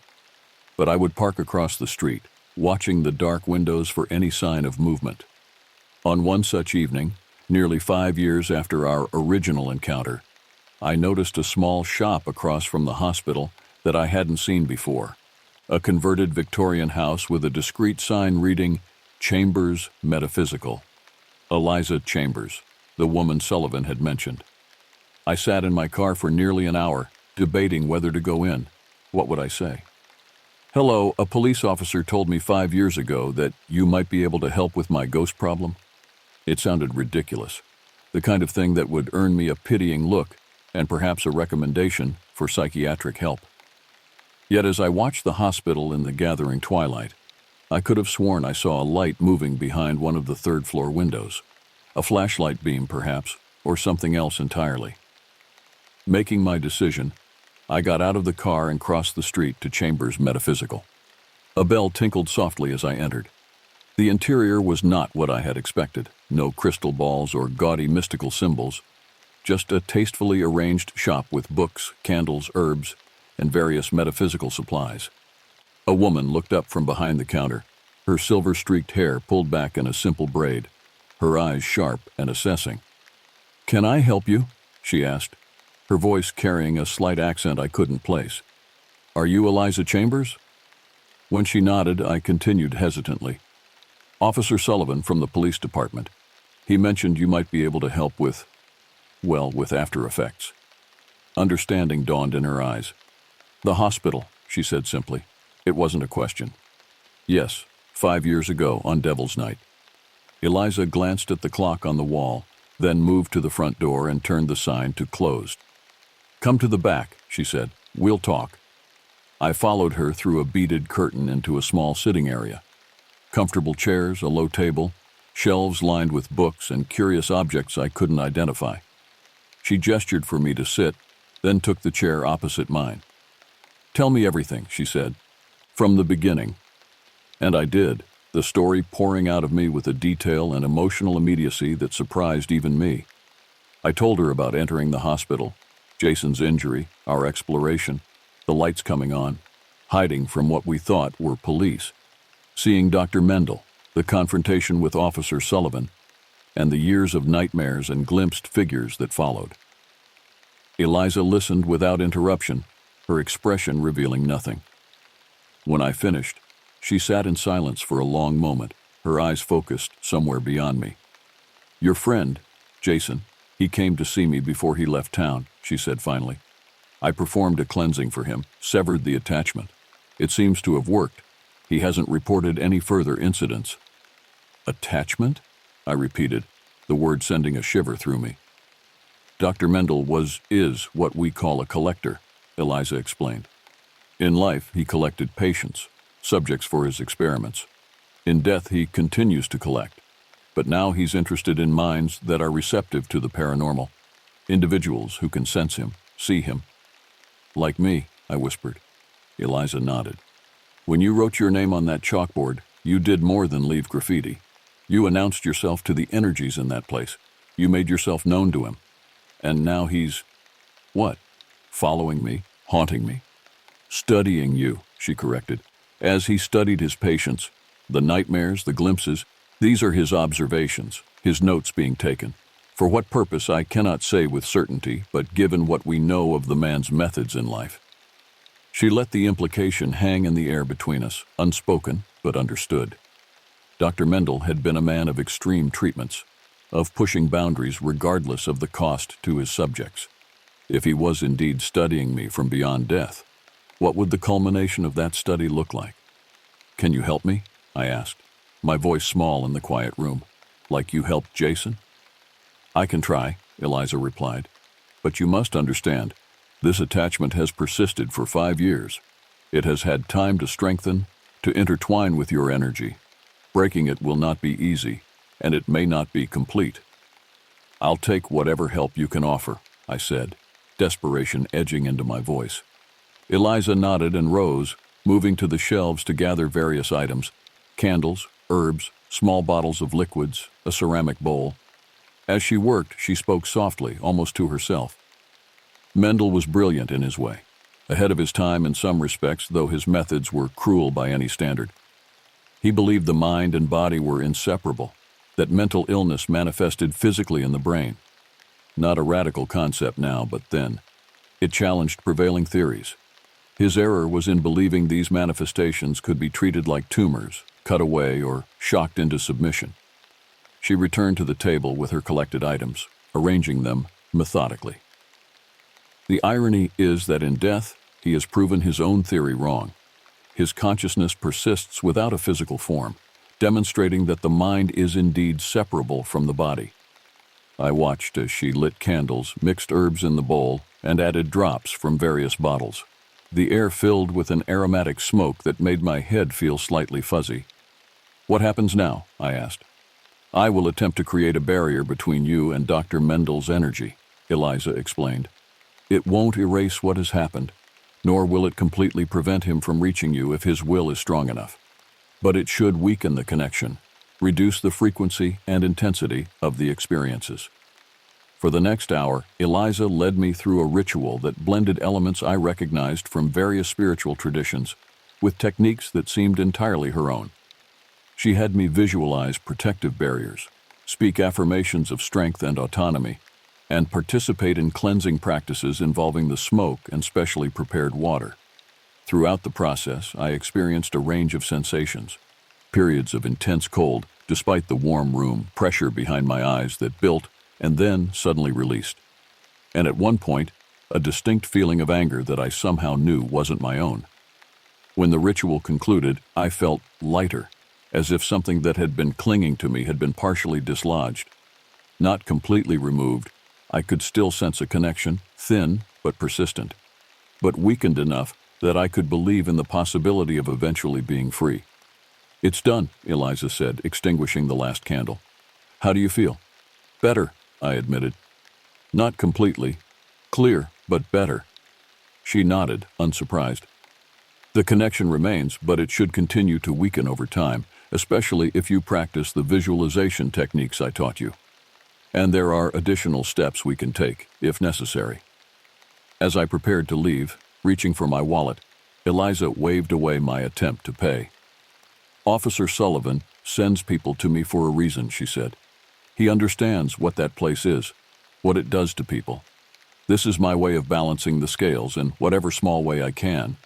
At the door, she placed a small fabric pouch in my hand, a charm of some kind, filled with herbs and other materials. "Keep this with you, especially when you sleep, and stay away from the hospital. Your presence there strengthens the connection." I promised I would heed her advice, thanked her, and stepped back into the night. Across the street, the hospital loomed against the darkened sky, its windows black and empty, or almost all of them.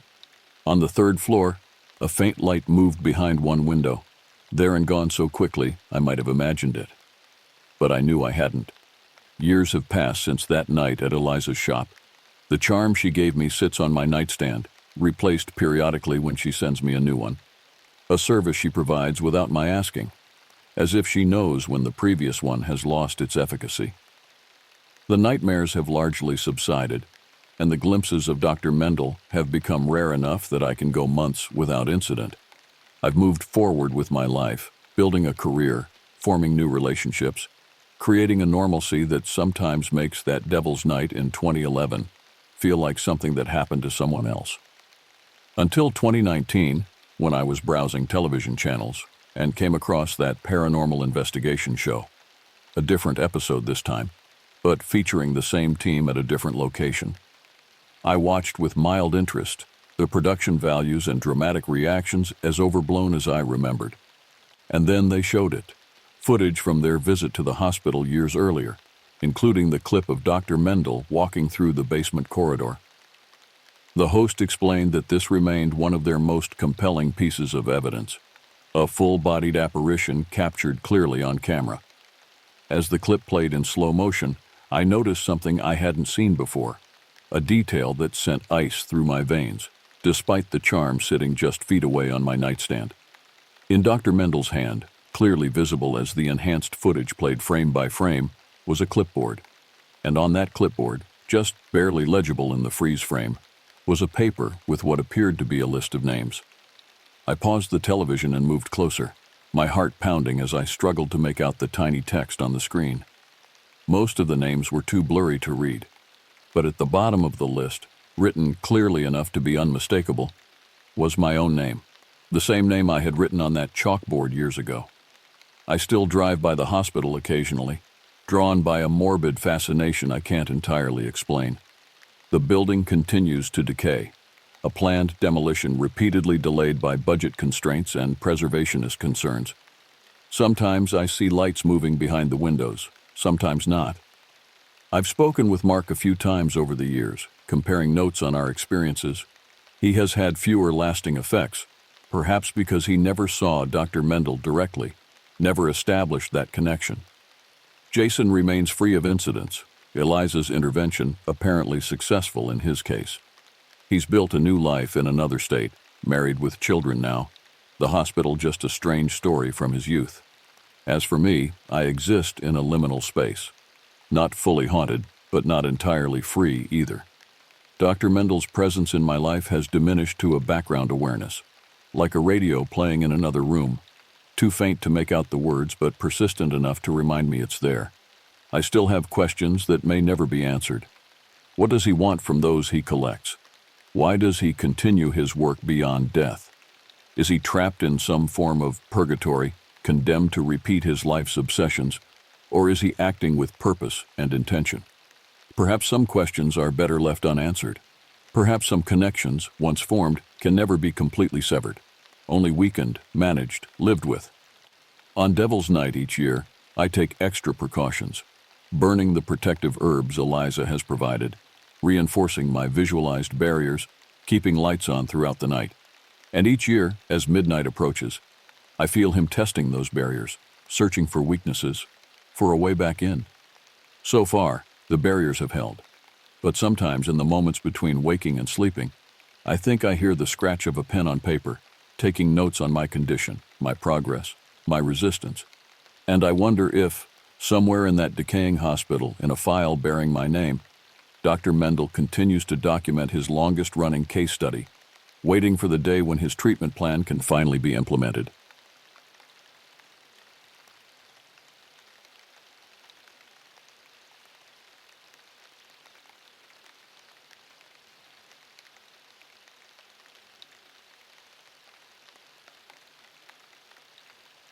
This happened about 2 years ago. My maternal grandmother, Eleanor, passed away 2 days before Christmas Eve in 2021. I remember the call came just after dinner on a Tuesday night. The hospital's number flashed on my phone, and I knew before I answered. Some part of you always knows. "She's gone," my mother said, her voice small and broken. "She went peacefully." Those words, "went peacefully," they're supposed to bring comfort, I think.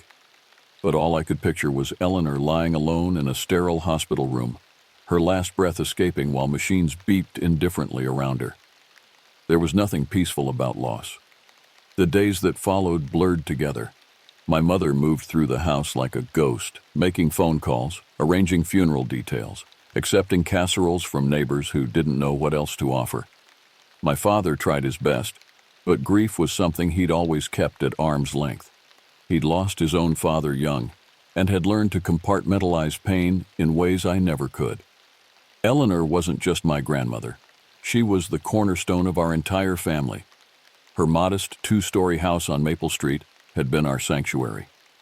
The kitchen, with its perpetual smell of cinnamon and coffee, the sunroom where she'd sit with her crossword puzzles, pencil tucked behind her ear, the backyard with the tire swing that had survived 3 generations of children. "Remember when she caught us smoking behind the garage?"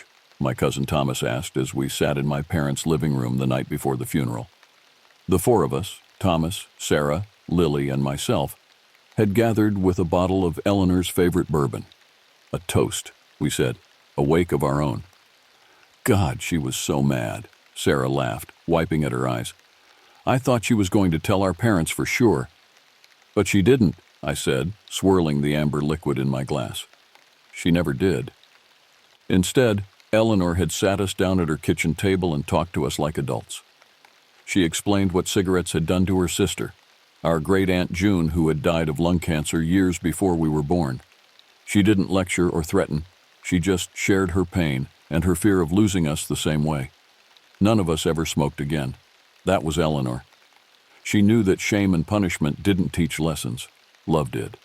Understanding did. "She made me promise not to tell anyone when I flunked algebra," Lily said quietly. "She hired that tutor and paid for it herself.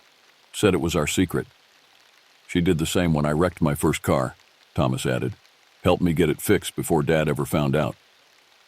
We sat in silence then, each lost in our own memories of her quiet interventions, her unconditional support, her fierce protection. Eleanor had been our confidant, our champion, our safe harbor in every storm. Christmas Eve came with a perverse insistence on normalcy. My mother had decided we would still gather, still exchange gifts, still eat the traditional ham and scalloped potatoes.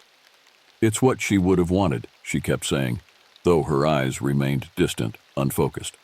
I helped arrange chairs in the dining room, set the table with the good china, and folded napkins into perfect triangles, all the things Eleanor would have done. The house filled with relatives, their voices hushed, their hugs lingering a beat too long. No one mentioned the empty chair at the head of the table, though everyone's eyes drifted to it throughout the evening. After dinner, my Uncle David cleared his throat. "I'd like to say something," he began, raising his glass.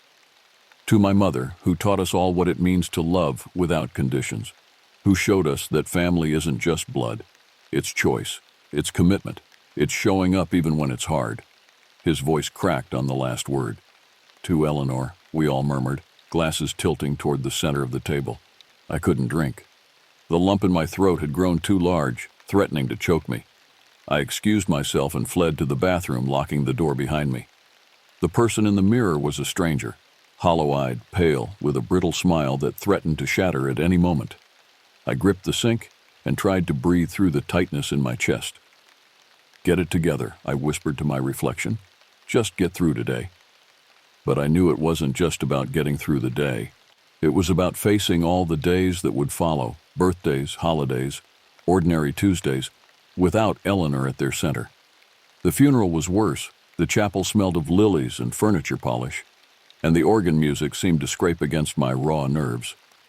I sat between my mother and Sarah, clutching both their hands as the minister spoke of Eleanor's life, her faith, her devotion to family. Then came the eulogy. My Aunt Catherine stood at the podium, unfolding a piece of paper with shaking hands. "My mother wasn't perfect," she began, "but she was perfectly herself. She loved fiercely and without reservation. She forgave easily, but never forgot a birthday." A ripple of sad laughter moved through the congregation. In her final days, when the pain was at its worst, she didn't talk about herself. She talked about all of you, her grandchildren especially. Catherine looked directly at us then, her eyes shining with tears. She told me, "Tell them they were the best thing that ever happened to me. Tell them they were my greatest joy.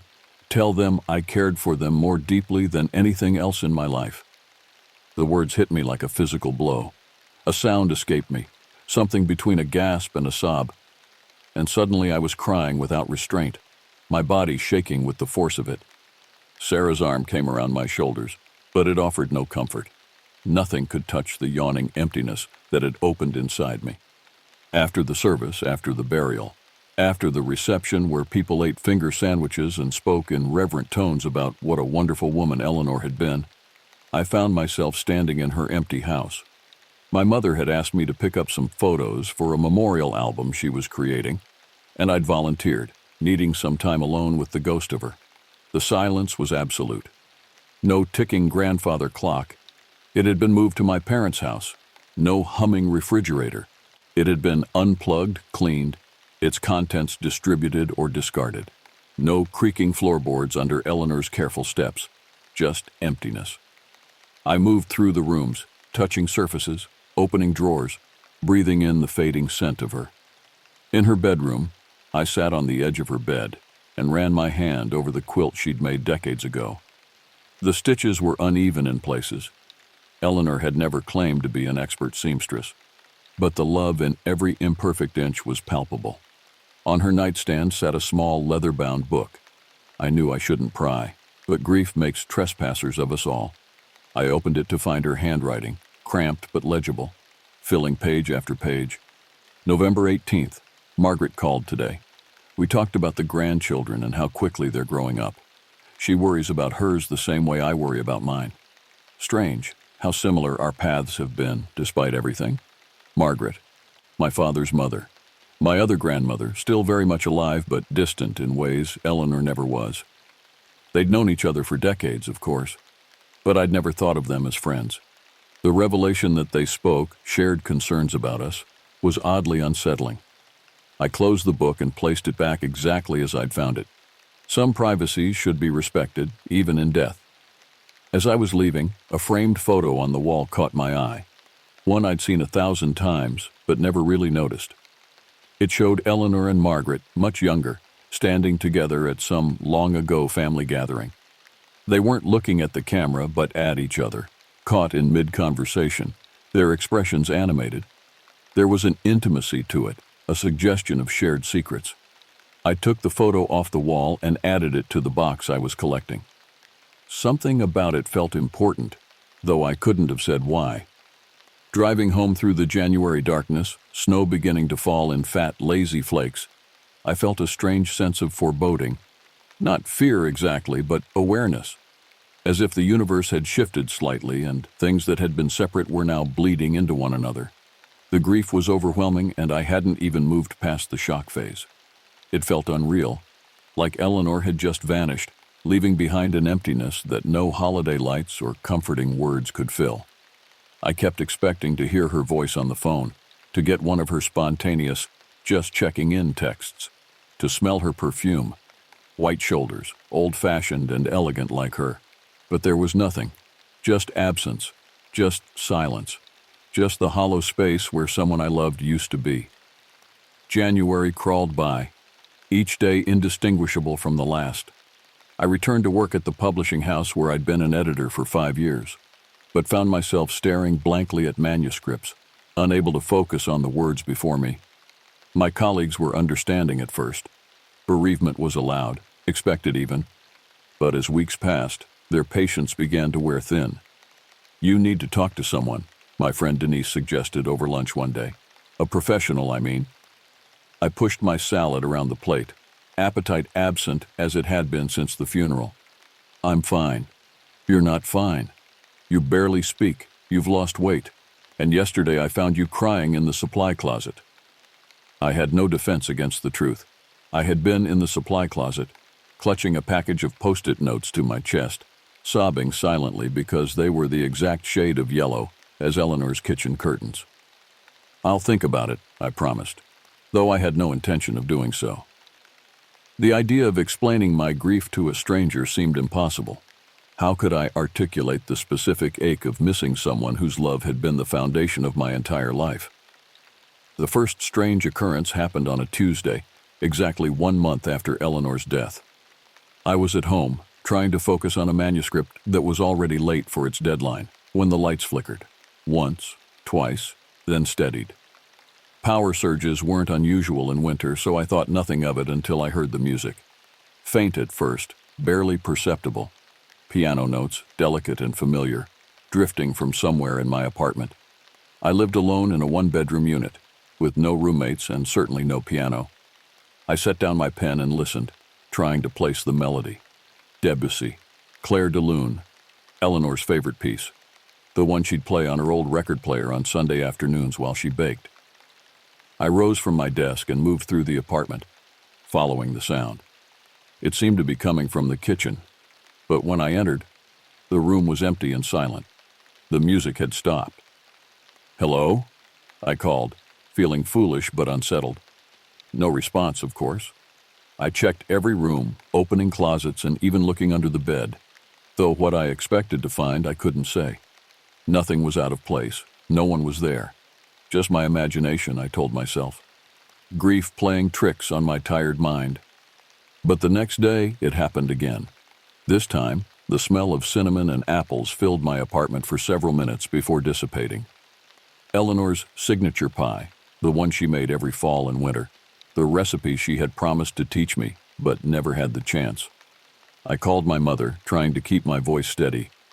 "Have you noticed anything unusual since Grandma died?" I asked carefully. "What do you mean, unusual?" Her voice was guarded. "I don't know. Strange things. Things you can't explain." A long pause. "Like what?" I couldn't bring myself to tell her. It sounded too much like madness, like desperate wishful thinking. "Never mind. I'm just tired, I guess." "You should come for dinner this weekend," she said, changing the subject. "Your father misses you." I agreed, though the thought of their house, now filled with Eleanor's things, distributed among family members like relics, made my chest tight. That night I dreamed of Eleanor's house. In the dream I was walking through the familiar rooms, but they were empty of furniture, echoing with my footsteps. I called out for her, my voice bouncing off bare walls. When I reached the kitchen, I found not Eleanor but Margaret, my father's mother, sitting at the table. "She's trying to reach you," Margaret said, her eyes fixed on something over my shoulder. "She's worried." I turned to look, but there was only darkness behind me, a void that seemed to pulse with a life of its own. "Who's worried?" I asked, turning back to Margaret. "Eleanor?" But Margaret was gone, and the table with her. I stood alone in the empty kitchen as the darkness began to seep in through the windows, thick as tar. I woke with a gasp, sheets twisted around my legs, my nightshirt damp with sweat. The digital clock on my nightstand read 3:20 a.m., the exact time I would later realize that Eleanor had died in her hospital bed. The rest of the week brought more inexplicable moments. Objects moved when I wasn't looking. A book that had been on the coffee table appearing on my bedside table. My keys hanging on their hook when I was certain I'd left them in my coat pocket. The television turned itself on twice, always to the Food Network, which Eleanor had watched religiously. I began to wonder if I was losing my mind. The dinner at my parents' house that weekend was a strained affair. My father made awkward attempts at conversation, while my mother watched me with worried eyes, noting how little I ate, how often I checked my phone as if expecting a call. "How's Margaret?" I asked suddenly, the dream still vivid in my mind. My father looked surprised. "Mom, she's fine. Why do you ask?" "No reason. I just realized I haven't seen her since the funeral." "She asks about you," my mother said, her tone careful. "She worries." There it was again, that word, worries, just like in the dream. "Maybe I should visit her," I suggested, though Margaret and I had never been particularly close. She lived on the other side of the city, in a retirement community that always smelled faintly of disinfectant and overcooked vegetables. "I'm sure she'd like that," my father said, looking pleased. "She gets lonely, especially since—" He trailed off, but I knew what he meant. Since Eleanor died. The two women had been friends, after all. I remembered the photo I'd found, the one that suggested a deeper connection than I'd realized. After dinner, while my father watched television, my mother pulled me into the kitchen on the pretense of helping with dessert. "What's really going on with you?" she asked, her voice low. "And don't tell me nothing, I know you too well." I leaned against the counter, suddenly exhausted. I don't know how to explain it without sounding crazy. "Try me." So I did. I told her about the music, the smells, the moving objects, the dream about Margaret, the constant, unshakable feeling that I was being watched, followed, reached for. My mother listened without interruption, her face unreadable. When I finished, she nodded once, decisively. "You're not crazy," she said. "Your Aunt Catherine has been experiencing similar things, so has Thomas." Relief washed over me, followed immediately by a new kind of fear. "What does it mean?" "I don't know." She took my hands in hers, her grip surprisingly strong. "But I do know my mother. If she's trying to reach someone from wherever she is now, she has a reason." We stood in silence for a moment, the implications of her words settling around us like dust. "Maybe you should talk to Margaret," my mother suggested finally. "She and Mom were closer than any of us realized. She might understand what's happening." I nodded, though the prospect filled me with a strange dread. "I'll call her tomorrow." But I didn't need to. When I returned to my apartment that night, there was a voicemail waiting on my phone. Margaret's voice, thin but clear. "Hello, dear. I've been thinking about you quite a bit lately. I wonder if you might come visit me this week. There's something I think we should discuss. Something about Eleanor." I played the message twice, goosebumps rising on my arms. How had she known? What could she possibly have to tell me about Eleanor that I didn't already know? I called her back immediately, despite the late hour. She answered on the first ring, as if she'd been waiting by the phone. "I'll come tomorrow," I said without preamble. "Is 3 o'clock all right?" "Perfect," Margaret replied, and I could hear the smile in her voice. "I'll make tea."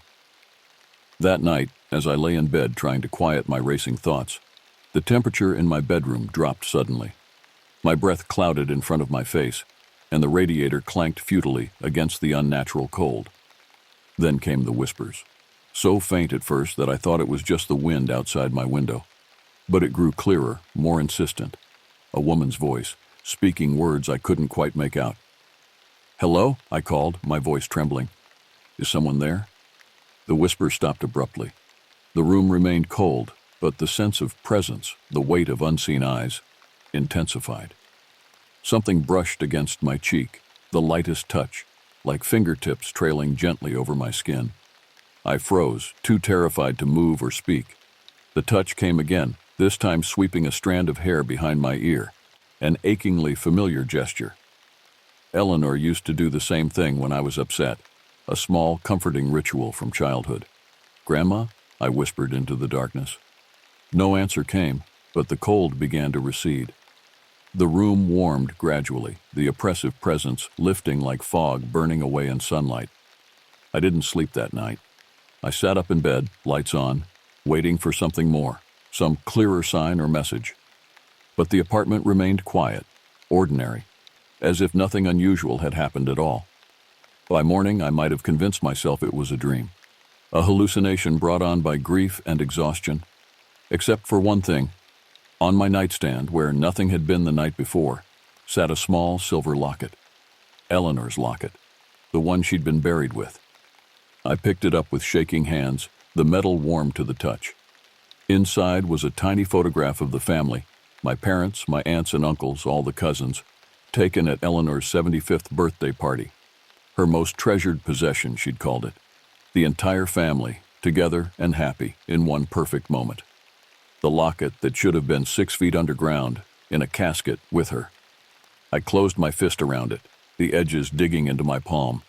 Whatever was happening went beyond grief, beyond imagination. Something impossible was unfolding around me, something that defied rational explanation. And somehow I knew that Margaret held the key to understanding it. Margaret's retirement community, Oakwood Gardens, was a cluster of tidy brick buildings surrounded by carefully manicured lawns.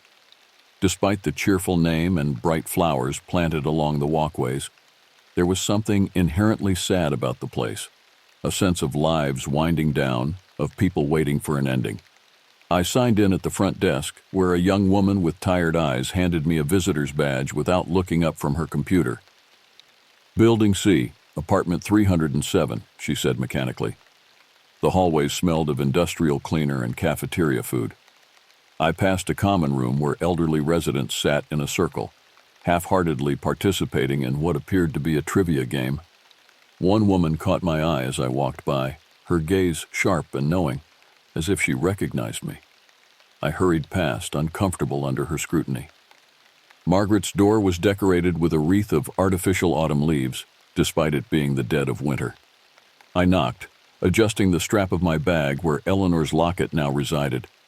I couldn't bring myself to wear it, but neither could I leave it behind. The door opened almost immediately, as if she'd been standing just on the other side, waiting. "There you are," Margaret said, her smile warm but her eyes assessing. "Right on time."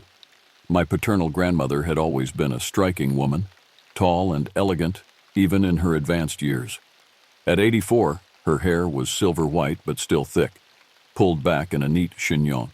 She wore a deep blue sweater that brought out the color of her eyes, the same eyes my father had, the same eyes I saw in the mirror every morning. Come in," she urged, stepping aside. "The tea is ready." Her apartment was small but immaculate, decorated in shades of blue and cream. Photos lined the walls and shelves. My father as a child, my parents' wedding, my high school graduation, and I noticed with surprise several of Eleanor.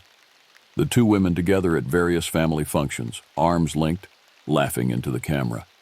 "You're noticing the photos," Margaret said, following my gaze. "Eleanor and I were great friends, you know, more than friends, really."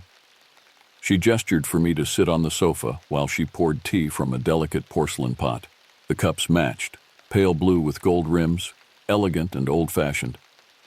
"I didn't realize you were so close," I admitted, accepting the cup she offered. "I mean, I knew you knew each other, obviously, but you thought we were just connected through the family?"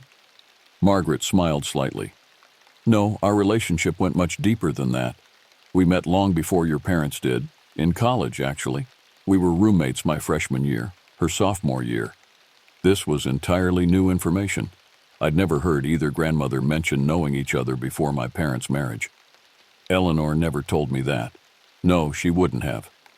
Margaret took a small sip of her tea, her eyes distant with memory. "It was complicated, our friendship. There were gaps, times when we didn't speak, but we always found our way back to each other. Always." She set down her cup and leaned forward, her gaze suddenly intense. "But that's not why I asked you here. You've been experiencing things, haven't you, since she passed?" The directness of the question caught me off guard. "How did you know?" "Because I have too." Her voice was matter-of-fact, devoid of the fear or uncertainty I felt. "She's reaching out, trying to communicate something. But why? And why to us specifically?" The questions that had been tormenting me spilled out. "And why does she seem so restless? I thought she died peacefully." Margaret's expression softened.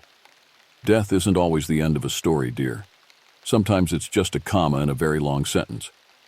She rose and crossed to a small writing desk in the corner of the room. From a drawer, she withdrew a leather-bound journal similar to the one I'd found in Eleanor's bedroom. "Your grandmother and I had a pact," she explained, returning to her seat. "We promised that whoever went first would try to send a message back, if such a thing was possible. A confirmation, if you will, that consciousness continues." "A message?" I repeated, struggling to reconcile this metaphysical pact with the practical, no-nonsense women I'd known my grandmothers to be. Eleanor was always more open to these possibilities than me. She had experiences as a young woman that convinced her there was more to reality than what we can see and touch. Margaret tapped the journal. "She documented some of them here." She handed me the book, which fell open to a page marked with a silk ribbon. The handwriting was Eleanor's, dated just 3 months before her death. I dreamt of the in-between place again last night. That space where the living and the dead can almost touch, separated by the thinnest of veils. I was trying to reach someone. I couldn't see who. But my hands kept passing through them as if they were smoke. Margaret says I've become obsessed with these dreams, but how can I not be when the end draws closer? If there's a way to bridge that gap, to reach back after I'm gone, I need to find it. For them, for all of them. I looked up from the page, my heart racing. What does this mean? What was she trying to do? Eleanor believed that love was stronger than death, Margaret said simply. That with enough will, enough intention, the barrier could be crossed. Not to return to life, she wasn't fool enough to believe that, but to communicate, to finish whatever remained unfinished. And you think that's what's happening now? She's trying to communicate? I know it is. The question is why. What message is so important that she's expending such energy to deliver it? I reached into my bag and withdrew the locket, holding it out on my palm. This appeared on my nightstand last night. It was buried with her. Margaret went very still, her eyes fixed on the silver oval. May I? She asked, her voice barely above a whisper. I nodded, and she took it carefully, examining it as if it were a precious artifact, which in a way it was. A physical object that had somehow traversed the boundary between worlds. This changes everything, she murmured. This isn't just communication. This is a manipulation of physical matter. She's stronger than I imagined. A chill ran through me at her words. Is that normal? Margaret gave a short, humorless laugh. None of this is normal, dear, but it is significant. She handed the locket back to me. She chose you specifically to receive this. You must be central to whatever message she's trying to convey. The responsibility of that selection felt suddenly overwhelming. But why me? Why not my mother or one of her other children? That's what we need to discover. Margaret set her teacup down with a decisive clink. I think it's time we tried to speak to her directly. My stomach lurched. You mean like a seance? Nothing so theatrical. Just an opening of awareness, an invitation. Eleanor and I researched these methods extensively in our later years. We were preparing, you see. The casual way she spoke of communicating with the dead, as if it were as ordinary as making a phone call, left me speechless. These were my grandmothers, women who had baked cookies and knitted Christmas sweaters, women I'd thought I knew completely. Yet here was this whole other dimension to their relationship, their beliefs, their lives that had been entirely hidden from me. When? I asked finally. Tonight would be best. The barrier is thinnest in the early morning hours, around 3:20 actually. The time on my clock when I'd awaken to the cold room, the whispers, the touch, the time of Eleanor's death. How did you know that was when she died? I asked, suspicion suddenly flaring. The family was told it happened sometime during the night. The exact time wasn't shared. Margaret's smile was enigmatic. Eleanor and I had no secrets from each other, at least not in the end. She rose again, this time moving to a cabinet where she withdrew a small wooden box. Take this home with you. Inside is everything we'll need. I'll come to your apartment at midnight. That will give us time to prepare. I accepted the box, which was heavier than it looked, carved with intricate symbols I didn't recognize. Margaret, I'm not sure about this. What if something goes wrong? Her expression softened, and for a moment I saw the grandmother I was more familiar with, the one who had brought presents at Christmas and taught me to play gin rummy. Eleanor would never harm you, she said gently. Whatever is happening, whatever she needs to communicate, it comes from love. Remember that. As I left Oakwood Gardens, the strange woman from the common room was standing in the hallway. Up close, I could see that her eyes were 2 different colors, one brown, one a pale, almost translucent blue. She's caught between, the woman said as I passed, her voice reedy but insistent. Neither here nor there. The between place is dangerous. Be careful who you invite in. I hurried past without responding, clutching Margaret's wooden box to my chest, the weight of the locket in my bag suddenly seeming to increase with every step. The rest of the day passed in a haze of nervous anticipation. I called in sick to work. not entirely a lie, as my stomach churned with anxiety, and tried to distract myself with mundane tasks. I cleaned my apartment, paid bills, even attempted to work on the manuscript that was now dangerously overdue. Nothing held my attention. The wooden box sat on my coffee table, unopened. I couldn't bring myself to look inside, afraid of what I might find. Part of me wanted to call the whole thing off, to return the box to Margaret and pretend none of this was happening. But the memory of that gentle touch in the darkness, the strand of hair tucked behind my ear, so specifically Eleanor, kept me from reaching for the phone. If there was even the slightest chance of saying goodbye properly, of understanding what she needed to tell me, how could I turn away? As the day waned and darkness fell, the apartment grew increasingly quiet. Not just silent, but a deep, waiting stillness that seemed to press against my ears.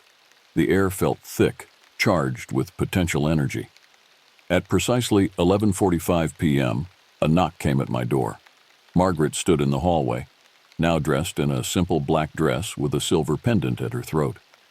"You didn't open the box," she said as she entered. Not a question, but an observation. I wasn't sure what to expect.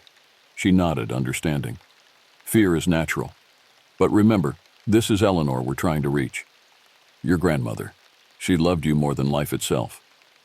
Margaret moved to the coffee table and opened the box, revealing its contents. 3 white candles, a small silver bell, a pouch of what looked like dried herbs, and a framed photograph of Eleanor, one I'd never seen before, showing her as a young woman, perhaps in her 30s, her expression serious, but her eyes bright with intelligence. "We'll need a table," Margaret instructed, her manner now businesslike. "Preferably round, but any will do." I cleared my small dining table, and together we arranged the items from the box. Margaret placed the candles in a triangle formation with the photograph of Eleanor at the center. She sprinkled some of the dried herbs, a mixture that smelled of lavender and something sharper, almost metallic, around the perimeter. "The locket," she said, holding out her hand. "It will serve as a connection, a tether." I hesitated before drawing it from my pocket. The metal seemed warmer than it should be, almost pulsing against my palm like a tiny beating heart. Margaret took it and placed it carefully beside the photograph. "Now we wait," she said, checking her watch. "It's nearly midnight. The veil begins to thin." We sat across from each other at the table, the candles casting long shadows that danced on the walls. Margaret's face in the flickering light looked different somehow, younger, sharper, her eyes reflecting the flames until they seemed to glow from within. "What exactly are we waiting for?" I whispered, not wanting to break the heavy silence that had descended. "A sign," she replied. "Eleanor will let us know when she's ready to communicate." The minutes ticked by, measured by the soft sound of my wall clock and our steady breathing.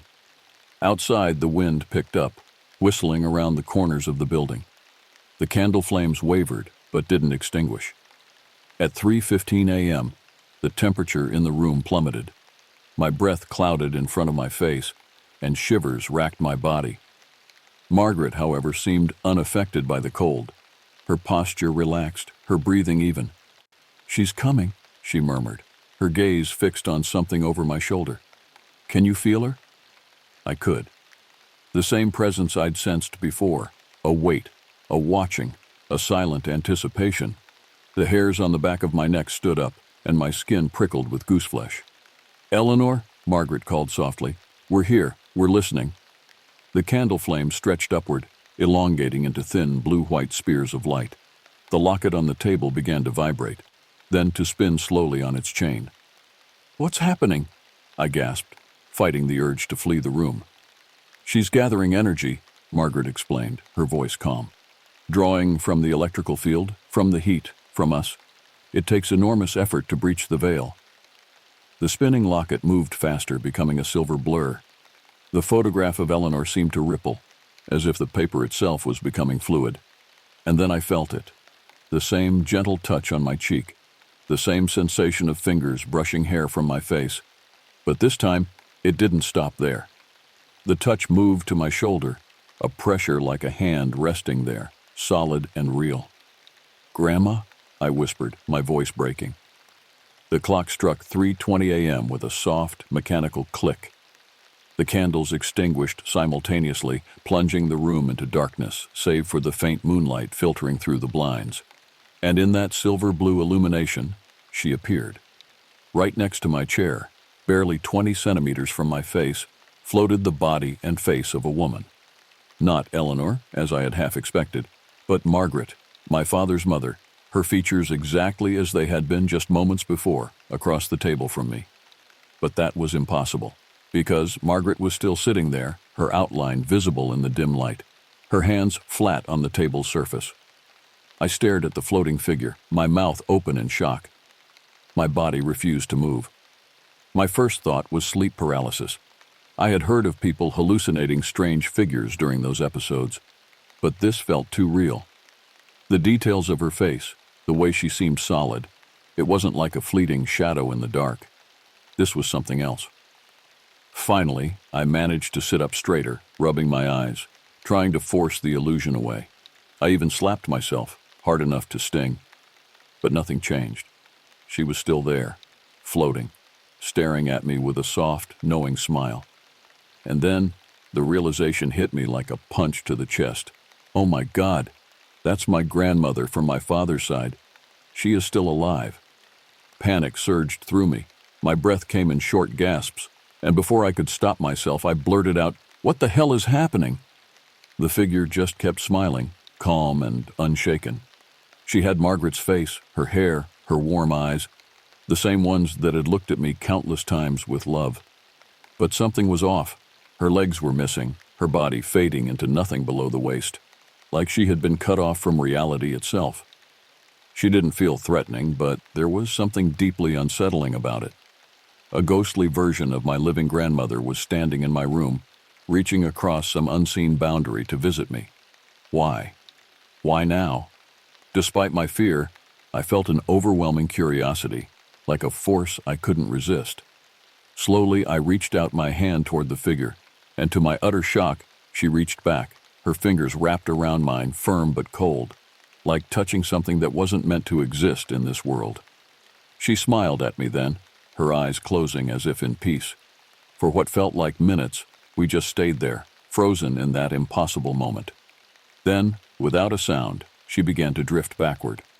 Slowly, she glided toward my closed bedroom door, fading as she moved, and just like that, she was gone. I turned to the table where the real Margaret still sat, her expression unreadable in the darkness. "What just happened?" I demanded, my voice shaking. "What did I just see?" Margaret sighed, a long, weary sound. "Not what we expected," she admitted. "Not Eleanor at all." "It was you," I said. "But you're right here. How is that possible?" She reached out and relit one of the candles with a match from her pocket. In the renewed glow, I could see that her face had changed, aged somehow in the space of minutes. New lines etched around her eyes and mouth, and her hair seemed duller, less vibrant. "The body you saw wasn't me," she said softly. "It was a projection, a construct created by Eleanor." "But why would she appear as you? Why not as herself?" Margaret's eyes filled with tears, the first time I had ever seen her cry. "Because she's trying to warn you, about me." "Warn me about you?" I repeated, struggling to make sense of her words. "I don't understand." Margaret reached for the locket, which had stopped spinning and now lay still on the table. She opened it, revealing the family photograph inside. "Look closely," she instructed. "What do you see?" I leaned forward, examining the tiny image. It showed the family gathered around Eleanor at her birthday party, my parents, my aunts and uncles, all the cousins. And standing beside Eleanor, her arm linked through my grandmother's, was Margaret. "I see everyone," I said, "the whole family, you and Eleanor." "Look at my eyes," Margaret insisted. I peered closer, straining to make out details in the small photograph. And then I saw it. In the picture, Margaret's eyes were different colors. One brown, one a pale, almost translucent blue, like the woman at Oakwood Gardens, the one who had warned me about the between place. I jerked back, the realization hitting me with physical force. "Who are you?" I demanded. "If you're not Margaret—" "I am Margaret," she interrupted, her voice gentle but firm. "Just not the Margaret you think you know." She took a deep breath as if gathering courage. "Eleanor and I met in college, as I told you. We became very close, More than friends, we fell in love. The admission hung in the air between us, recontextualizing everything I thought I knew about my grandmothers. I remained silent, waiting for her to continue. It was 1958. Such relationships weren't accepted, weren't even spoken of. We kept our love secret for years, but eventually, the pressure became too much. I broke things off, married your grandfather, had your father. Eleanor married too, had her children. We lived the lives that were expected of us. She touched the photograph in the locket with trembling fingers. But we never stopped loving each other. After both our husbands passed, we reconnected. These past 15 years we've been together, not openly. We still kept that private, but together in all the ways that mattered. Why didn't you tell anyone? I asked, though I thought I already knew the answer. The generation they came from, the small town they lived in, the conservative families they belonged to. We were going to, Margaret said, a sad smile playing at her lips. After all these years, we'd finally decided it was time. Eleanor wanted to tell the family at Christmas, that last Christmas she didn't live to see. My mind raced, putting pieces together. So the warning, the apparition. Eleanor knew she was dying, Margaret explained. Long before she went into the hospital that final time, she made me promise that if she didn't get the chance to tell everyone the truth, I would do it for her. She looked down at her hands, which I now noticed were trembling. But I was a coward. At the funeral, at the Christmas gathering, I couldn't bring myself to speak up, to reveal what we'd hidden for so long. I told myself it didn't matter anymore, that the truth could die with her. But she doesn't want it to, I said slowly, understanding dawning. She wants you to fulfill your promise. Margaret nodded, tears now flowing freely down her lined face. She's caught between, not fully at peace because of this unfinished business. The woman you saw at Oakwood wasn't a resident. No one else could see her. She was another message, another warning. The realization left me breathless. All this time, the strange occurrences, the sense of presence, the impossible apparition. It wasn't just Eleanor reaching out from beyond. It was Eleanor trying to ensure that their love story wasn't buried with her. The projection you saw tonight, Margaret continued, was Eleanor showing you what's to come. What will happen to me if I don't fulfill my promise? What do you mean? I'm dying, she said simply. Cancer. I've known for months, but I haven't told anyone, not even your father. The doctors give me weeks, perhaps a month. Eleanor knew. She was the only one I told. She's afraid I'll take our secret to my grave as well, that we'll both be caught in that in-between place, unable to move on. The shock of this new revelation left me momentarily speechless. Another grandmother slipping away, another loss looming on the horizon. So what will you do? I asked finally.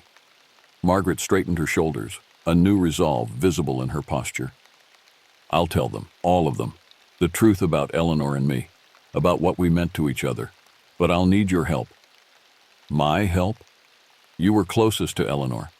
Of all the grandchildren, you were the one she confided in most. If you stand with me, accept our truth. The others will follow your lead.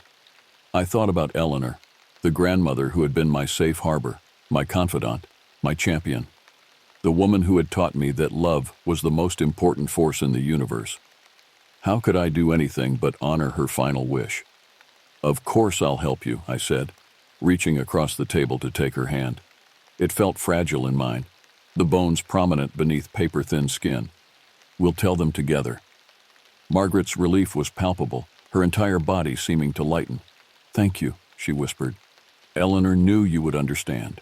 She always said you had the biggest heart of anyone she'd ever known. The candle between us flickered, and for just a moment, I thought I caught a glimpse of another figure standing behind Margaret. Tall, elegant, with Eleanor's unmistakable profile. But when I blinked, the shape was gone. The next few days passed in a whirlwind of phone calls and arrangements. Margaret moved in with my parents temporarily, a development that surprised my father, but that he accepted with characteristic pragmatism. We scheduled a family gathering for the following weekend, ostensibly to share Margaret's medical diagnosis, but with the deeper purpose understood between just the two of us. The night before the gathering, I dreamed of Eleanor again. This time, She wasn't in her empty house, but in a garden I didn't recognize, filled with lilacs and roses, her favorite flowers. She sat on a stone bench, her back straight, her face younger than I'd ever known it in life. "You did well," she said as I approached in the dream. "You understood." "I miss you," I told her, sitting beside her on the bench. "Every day." "I know, sweetheart, I miss you too. But I'm not entirely gone, you know. Not as long as you remember me." "Will I see you again? After tomorrow, I mean." Eleanor smiled, reaching out to tuck a strand of hair behind my ear. "Not like before. Once Margaret shares our truth, I'll be able to move on. But I'll always be with you, in ways you might not expect. Are you happy, wherever you are?" "Getting there," she said with a small laugh. "It's a process, like everything worthwhile." She stood then, smoothing down her dress, the blue one she'd worn to my college graduation. "It's time for me to go, and for you to wake up. Remember what I told you at the hospital? That we were your greatest joy," I recalled, my throat tightening with emotion. "That you cared for us more than anything." "Yes, and that will never change no matter where I am." She leaned down and kissed my forehead, her lips cool against my skin. "Goodbye for now, my darling. Take care of Margaret for me. She'll need you in the days ahead." I woke with tears on my cheeks, but a strange peace in my heart. The air in my bedroom was warm, fragrant with the unmistakable scent of lilacs and roses, though there were no flowers in my apartment. The family gathering the next day was tense at first, weighted with the knowledge of Margaret's diagnosis. We gathered in my parents' living room, the same room where we'd toasted Eleanor with bourbon a few months earlier, and listened as Margaret explained about her cancer, about her decision to forego treatment at her age, about her wish to spend her remaining time with family. And then, with a steadying glance at me, she took a deeper breath and continued. "There's something else I need to tell you," she said, her voice stronger than it had been in days. "Something about Eleanor and me. Something we should have told you years ago." The story unfolded gradually. Their meeting in college, their secret relationship, their separate marriages and lives, their reconnection in later years. Margaret spoke without shame or apology, her dignity intact, even as tears slipped down her cheeks. "We loved each other," she concluded simply. "For over 60 years, through everything we loved each other. And before she died, I promised I would tell you the truth, that I wouldn't let our story end in silence." The room was quiet when she finished. My mother was the first to move, crossing to where Margaret sat and enveloping her in a gentle embrace. "I think I always knew," she murmured. "The way you looked at each other. I just never put it into words." Others followed. My father, awkward but sincere in his acceptance. My aunts and uncles, some surprised. Others nodding as if pieces of a long unsolved puzzle had finally clicked into place. My cousins, the youngest generation, for whom such relationships were far less shocking than they had been in Eleanor and Margaret's youth. Thomas was the last to speak, his voice thick with emotion. "Grandma Eleanor would be proud of you," he told Margaret, "for keeping your promise, for being brave." As the family surrounded Margaret with love and support, I felt a subtle shift in the atmosphere, a lightening, a release of tension I hadn't even realized was present. The heavy silence that had filled every corner of my life since Eleanor's death seemed to lift, replaced by a quiet acceptance. That night, as I lay in bed reflecting on the day's events, I felt a final gentle touch on my cheek, the lightest brush of fingertips, a familiar gesture of comfort and love. I didn't open my eyes, didn't need to see to know who it was. "Goodbye, Grandma," I whispered into the darkness. "Be at peace."